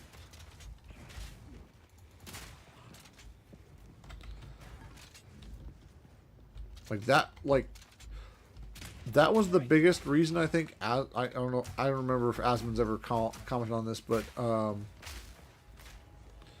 the biggest reason that Asmongold didn't branch out from WoW when he did, or sooner than he did, was because he was so worried about less people watching him, and that kind of ruining his flow. And he was still taking care of his mom at the time too. But once he actually got out of World of Warcraft streaming and got into other stuff, he was so much happier. He got so many more views. And I think, honestly, I'm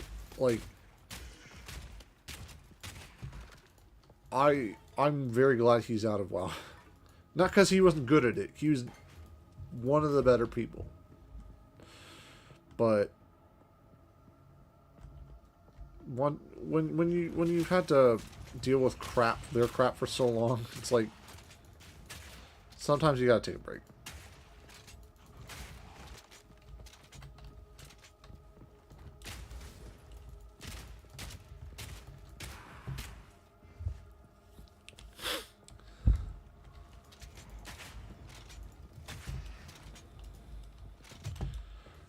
By the way, Justin, the reason why I was like, we talked about playing WoW earlier was because there was actually, for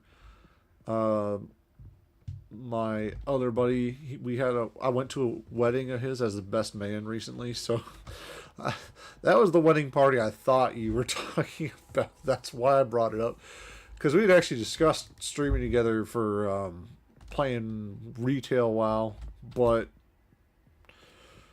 I honestly, I don't know. I got kind of burnt out really quick into the story. I don't know why. Because, I mean, I haven't even gotten into, like the Nerubians and all that. Because I don't know if you're really too familiar with the newest World of Warcraft expansion, but it's like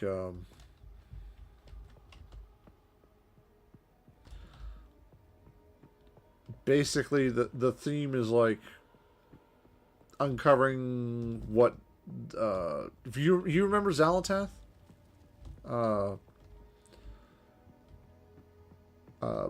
the priest artifact weapon. Oh, you probably remember her getting freed and helping us imprison, or was it imprison or kill N'Zoth? I think he was killing N'Zoth.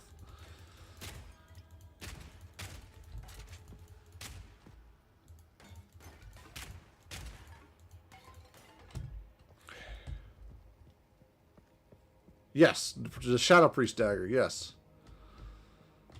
Well, she became her own. Apparently, she was some sort of old god, sort of void thing. Not really an old god, but like powerful still in the void. And long story short is she brought down... she destroyed Dalaran, which I'm kind of pissed they did that, but... I mean, I guess it's a direction. And, well, I don't know if she killed Khadgar, but he's at least missing right now because of what Xal'atath did.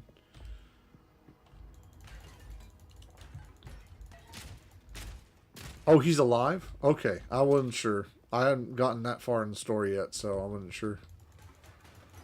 I was going to be kind of pissed off that they killed him. I honestly thought he probably wasn't dead, but it's like... you never know. Blizzard's kind of dumb with their characters. Especially look at what they did for Tyrion. Ooh.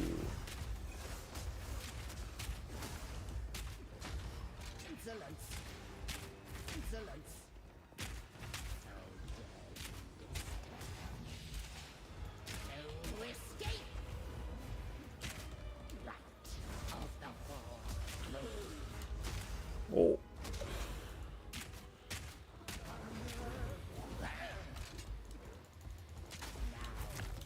Oh, shoot.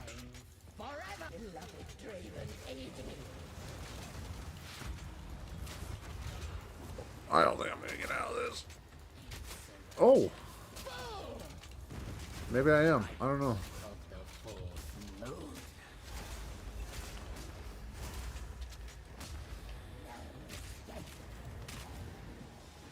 Let's see how much this is doing. Okay, that's not doing nearly as much as I was hoping. Oh, you can attack the barrier. I didn't realize that. Well, that's so silly.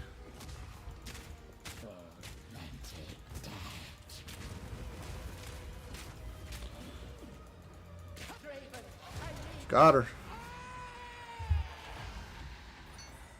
Well, you don't see that every day. Huh. Poor guy. We should have rezzed him as a DK so he could have gotten a better ending. Yeah, no, I'm just like, after the bullshit they pulled with him dying to that one demon that we'd never even seen before, it's like, if you're gonna kill him off, why not choose like a named villain like Archimon? Well, actually, I think Archimon was he killed, or was he just sent to the blind? I don't. That part always confused me. If we actually killed Archimon in Warlords, or if that was just alternate. Because I think they had explained it as like the Archimon exists outside, because the demons all exist outside of the timelines. So alternate Draenor was also the or Archimon was also the same Archimon from our timeline. So that was the logic, but it never really made sense to me. Oh, yeah, he died. That's what I thought. But Kil'jaeden was still around, so Kil'jaeden could have been the one that killed him. I mean, that this is the two big bads from the beginning of the Draenei explanation. Oh, wait, no, I remember now. The original Archimon in our timeline died from the wisps from the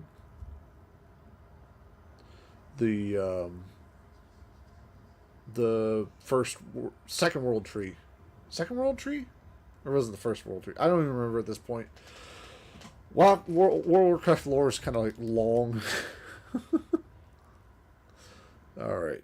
Return open. It's the same one. Okay, so it was the same one. Yeah. I don't... They're not good at keeping to... Because I know they changed continuity to sort of fit what storyline they want to do, but they're not good at keeping it all straight and narrow.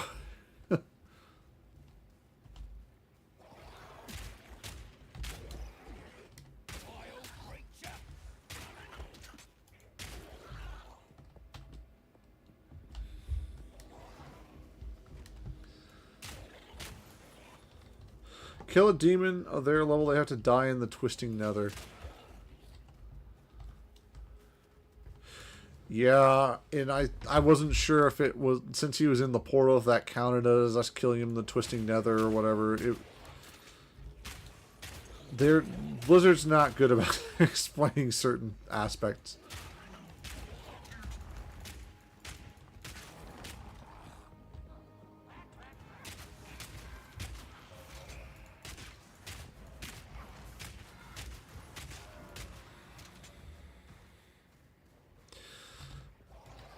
I kind of think what they're going to end up doing with the next couple expansions, if they end up going the route I think they're going to go, is eventually we're going to get a new leader of the demons that's going to do like something heinous. We got to quickly stop them, and it's going to be more of a side note than an actual big thing. And then obviously we'll be fighting the Void Lords. Yeah. It takes him forever to reform a body, that'd be fair.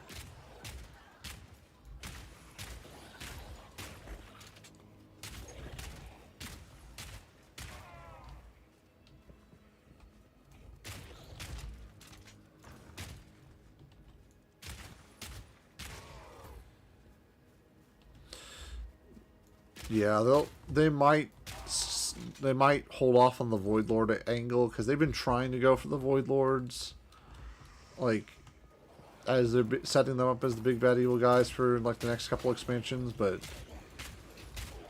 I think they're gonna have some lead up, because they know that they're, as soon as pretty much they use the Void Lords up, they're gonna be out of big bad evil guys, because we've killed almost every single one.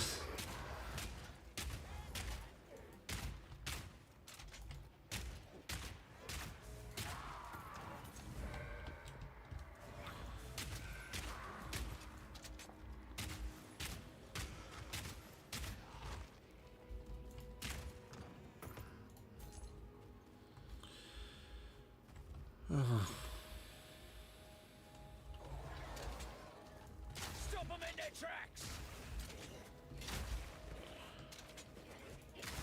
Surprise, the light will be like the last boss of or not last boss, last enemy type for World of Warcraft, and we'll end up killing God, or whatever the equivalent in the Warcraft universe will be to God. Whether that's a loon or a loon's boss or whatever.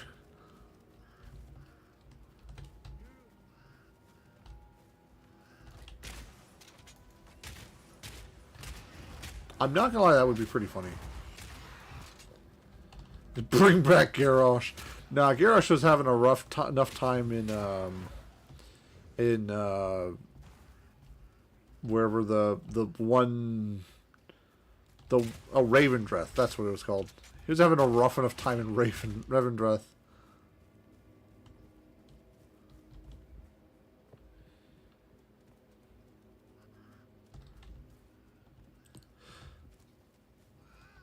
No, he wasn't in the mall. He was in Revendreth. Actually, I think he might be destroyed completely now, because if I recall, in the Castle Nathria raid, we go in and one of the bosses is like torturing him, and I think his like part of like the not cinematic, but part of the fight choreography is he like rebels against him in some way, or no, he doesn't rebel, he just resists, and his soul's like obliterate. I can't remember, it's been a long time since I've watched anything from Castle Nathrius. I remember Sunstrider redeemed himself. I don't think he was the one that was destroyed. I thought Garrosh was the like destroyed or something like that.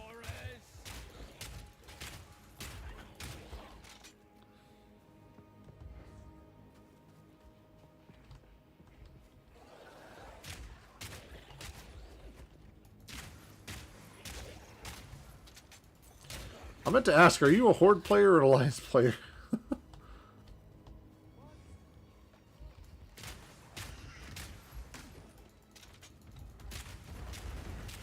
I think we'll for sure fight the Titans at some point. They're pointing to... Or even the people who employ the Titans. You play both. Yeah, fair enough. There's fun aspects to both. I don't know why you would limit yourself to just the one. I will say if I'm going to choose a side, I'd definitely just choose the Alliance. But that's just because, like, the Alliance are literally the good guys.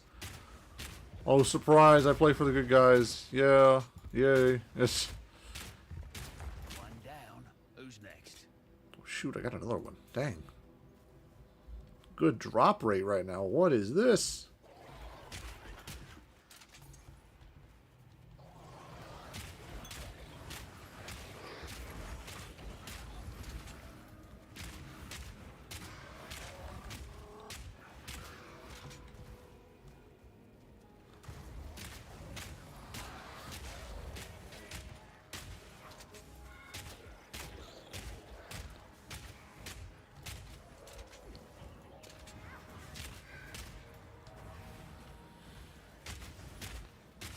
Bag of bones.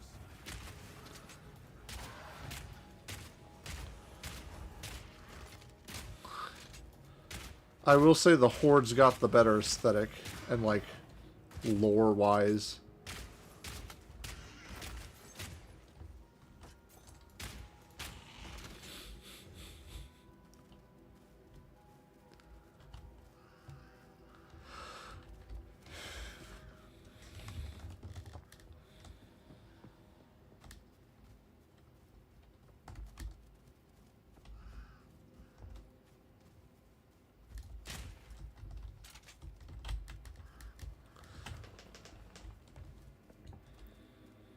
They have lost too many war chiefs. It's ridiculous. Like, okay, I get it. You guys are like going for the whole like the Horde is suffering and pain and all this other like, you know, sort of torturing the Horde players there. But like, dang, like they've already been, like, the Horde's already been enslaved, beaten on, destroyed, like, lost. Let's see. First it was Thrall stepping down. And then, well, sorry. Let me original Horde, first it's, Hellscream dying.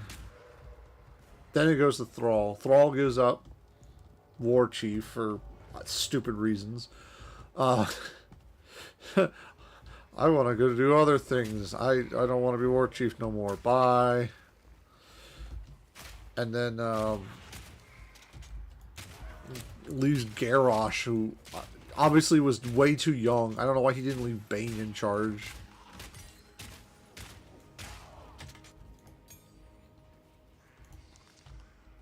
Bane would have been a million times better options for, and made more sense too. Like, I was, yeah, and then they lost, oh, can we take can we take a second to recognize how, I said Bane, I think I mean Karen. Yeah, Karen Bloodhoof, sorry, not Bane Bloodhoof. It's like, can we talk about how, like, they kill off a big named character in Cataclysm for no reason, and it's Horde again. The racial leader too.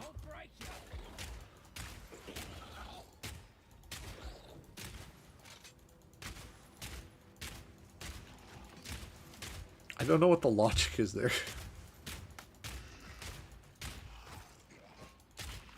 Yeah, you're right. It was because the orcs would have rallied more with Garrosh, but still, he should have known he was too young for that. Like, he could have at least chosen. Oh, what's it? What is his name? Gentleman, or the gentleman, the gentleman orc, the orc. I'm trying to remember his name. Yeah, no, but the book was set, like, in Cataclysm during the whole, like, Because it was setting up for, I guess it was the lead up to Cataclysm, but it was the one where they're setting up for the Grim Totems. Dang it, I cannot remember. Oh,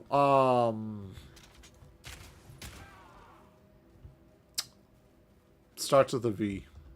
I remember, maybe you remember the name of the orc.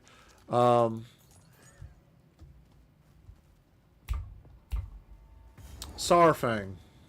Elder Sourfang would have been a way better choice.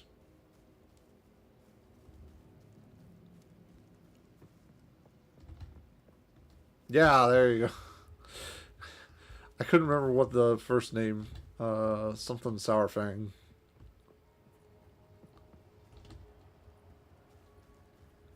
Yeah.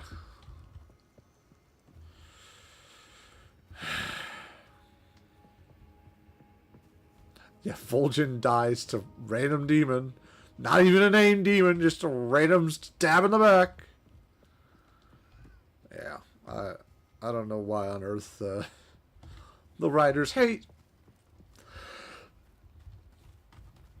the Horde so much.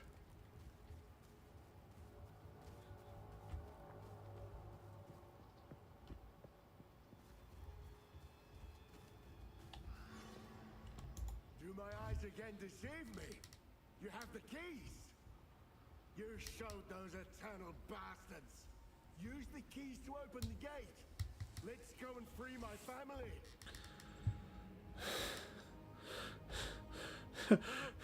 Tanks, where are the tanks? I'm a hunter. Why are you guys letting them aggro me? Pull aggro, pull aggro.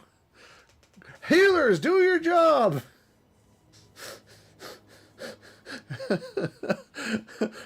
This is the worst raiding party ever.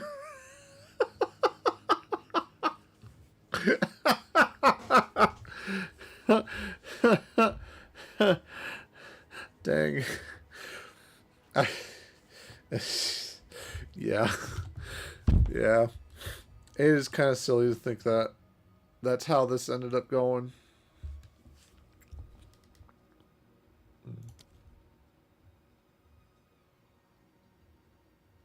Chain.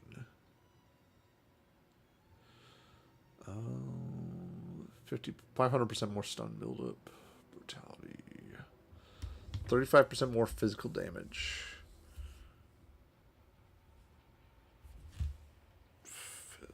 Let's see what permafrost bolts are. Frost Nexus. Chilled ground, huh? Pierce. Let's go ahead and get Pierce on our freezing.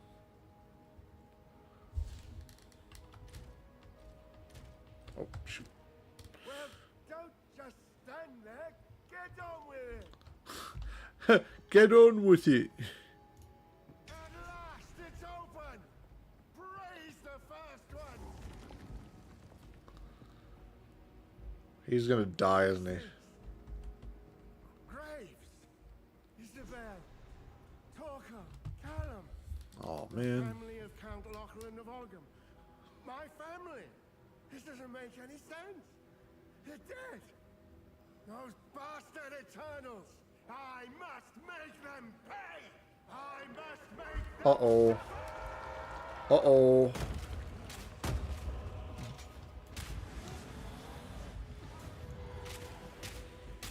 Sorry there, Lachlan.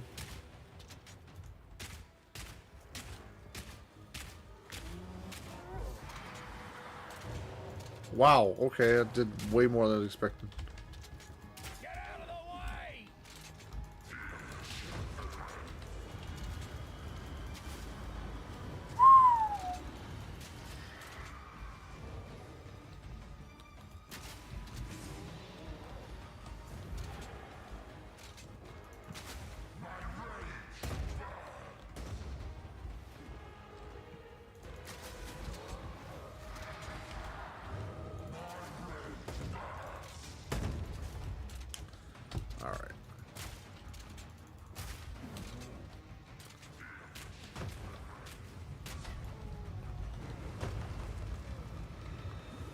I definitely need to heal right now.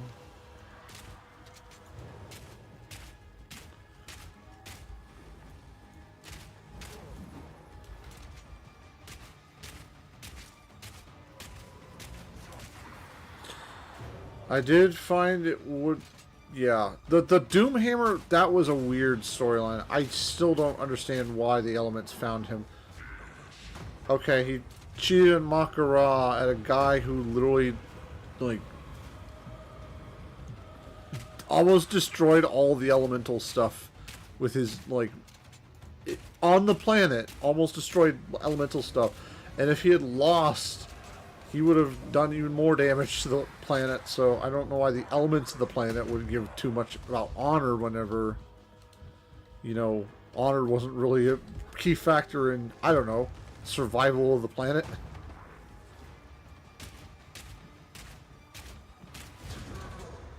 Sorry, Lachlan. Shite like this is why I never wanted a family. Well, it specifically says the elements abandoned him, which Nice. I don't know how that makes sense. Make it make sense to me. Please.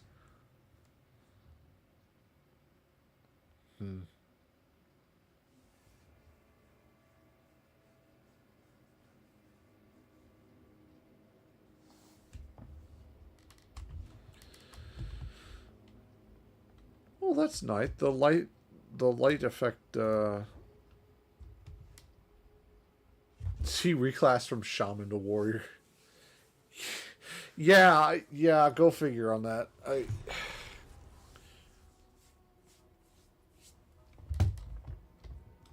I think it had, honestly, I think the reason they did it, like, out of lore-wise, was specifically because he was like, everyone kept making the joke that he was Orc Jesus.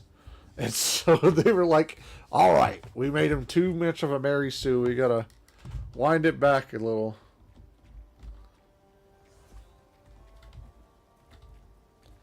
I think that's probably why they did. Found the ring. This will most certainly break the Count's binding. Give me a moment.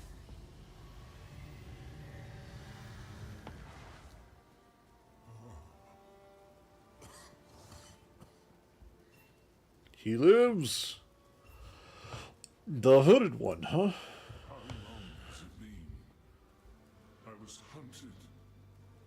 The Count, he stole something that is beyond dangerous. It will cause sickness, then madness. It can still be contained. We must put He is. No, he's not.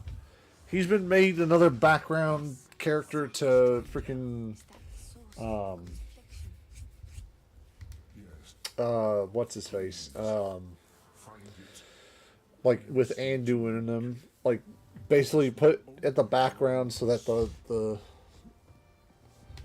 leading ladies can take advantage of the power vacuum. That's why they have Illyria doing all the void stuff. They're just basically they knew that Sylvanas was insufferable, so they needed to change the pace. please go as quickly as you can. They basically turned Illyria into Sylvanas 2.0. Tread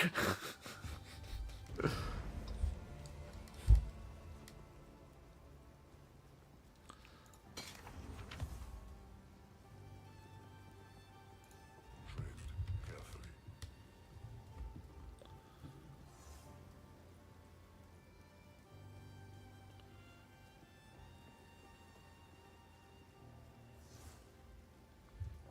That's pretty good. So let me just go ahead and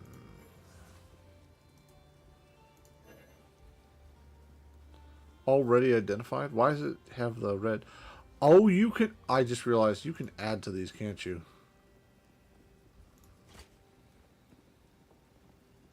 Maybe.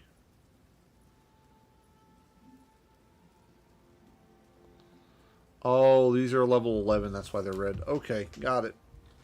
Understood.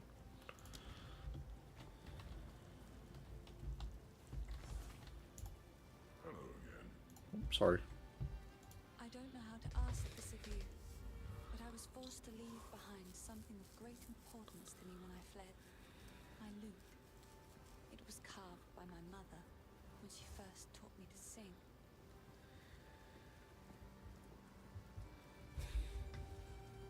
It's in my family home in the farmlands. Oh, okay. If you happen to travel near those ways, it would mean the world to me if you could look for it. Sure.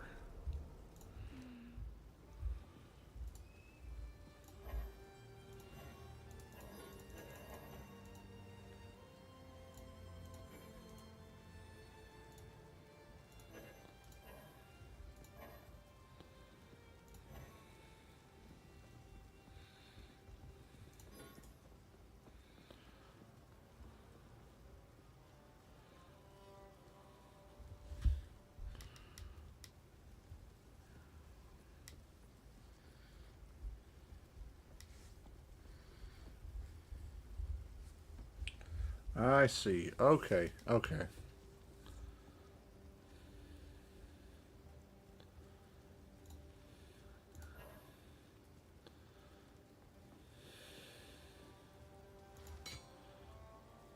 Eagle shard.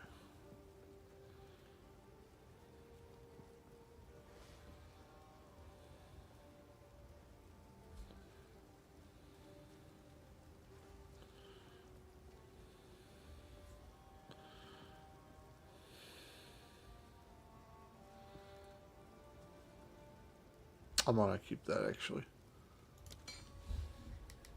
Stay safe if you can. I'll stash it.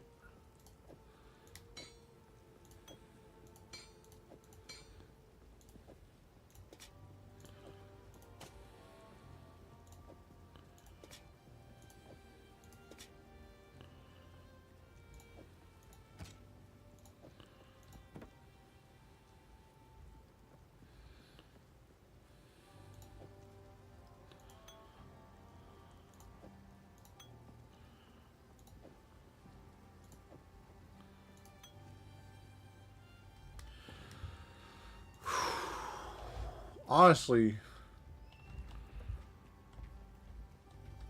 if they really wanted to improve World of Warcraft, they would need a complete reset. That's the bottom line for me. Is it's gotta be reset completely, and I don't mean like story wise. I just mean like we need to start with the 1 to 60 grind again. Something of a wanderer. There's a clanless enclave known as the Fraythorn that makes its home high in the trees near the hunting grounds. They helped me out a time or two over the years. A little while back, a group of strangers arrived out of the deep woods. They made strange altars and started whispering to the others about their religion. That was when I decided to move on. Fair enough. See, now I got to thinking, if Count Gianor and his men are mad enough to burn the village, then maybe the clanless are in trouble too. Will you pay them a visit? I used to be mildly fond of it if you...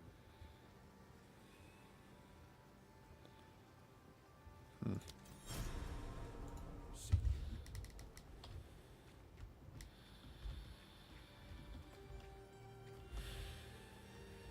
Well,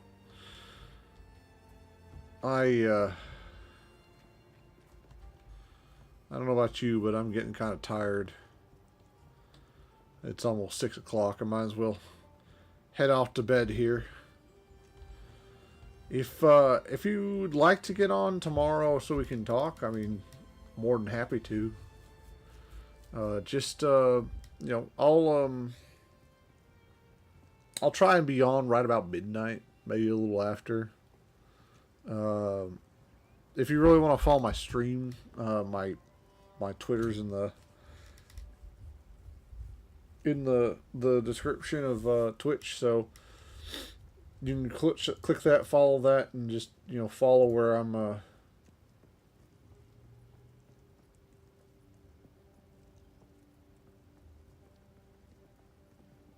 you know, follow me on Twitter and I'll let you know when I'm on. Oh. As he clicks on Twitter. Yeah.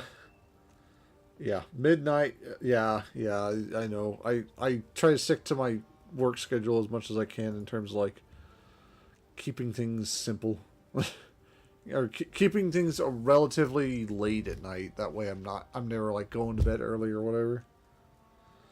So, anyways, I appreciate you coming out, Justin, and to everyone else who either hopped in. I saw someone hopped in at one point, so that's pretty good. And he was there for a good minute too. I appreciate it. If you happen to be stumbling across this YouTube channel and happen to watch this live, then I appreciate you giving the view.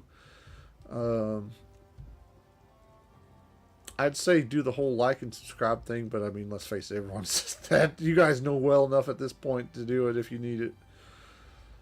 I appreciate the chats. It was fun. It was definitely fun.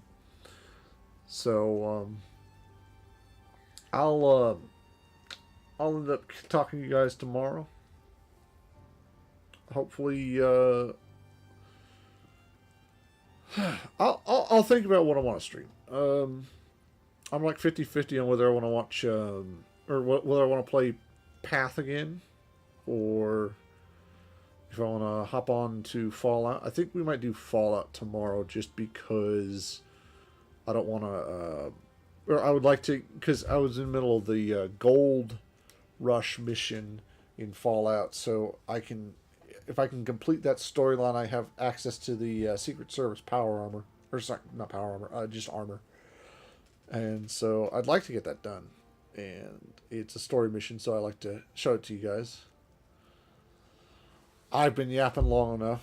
Go ahead and I'll do the transition here.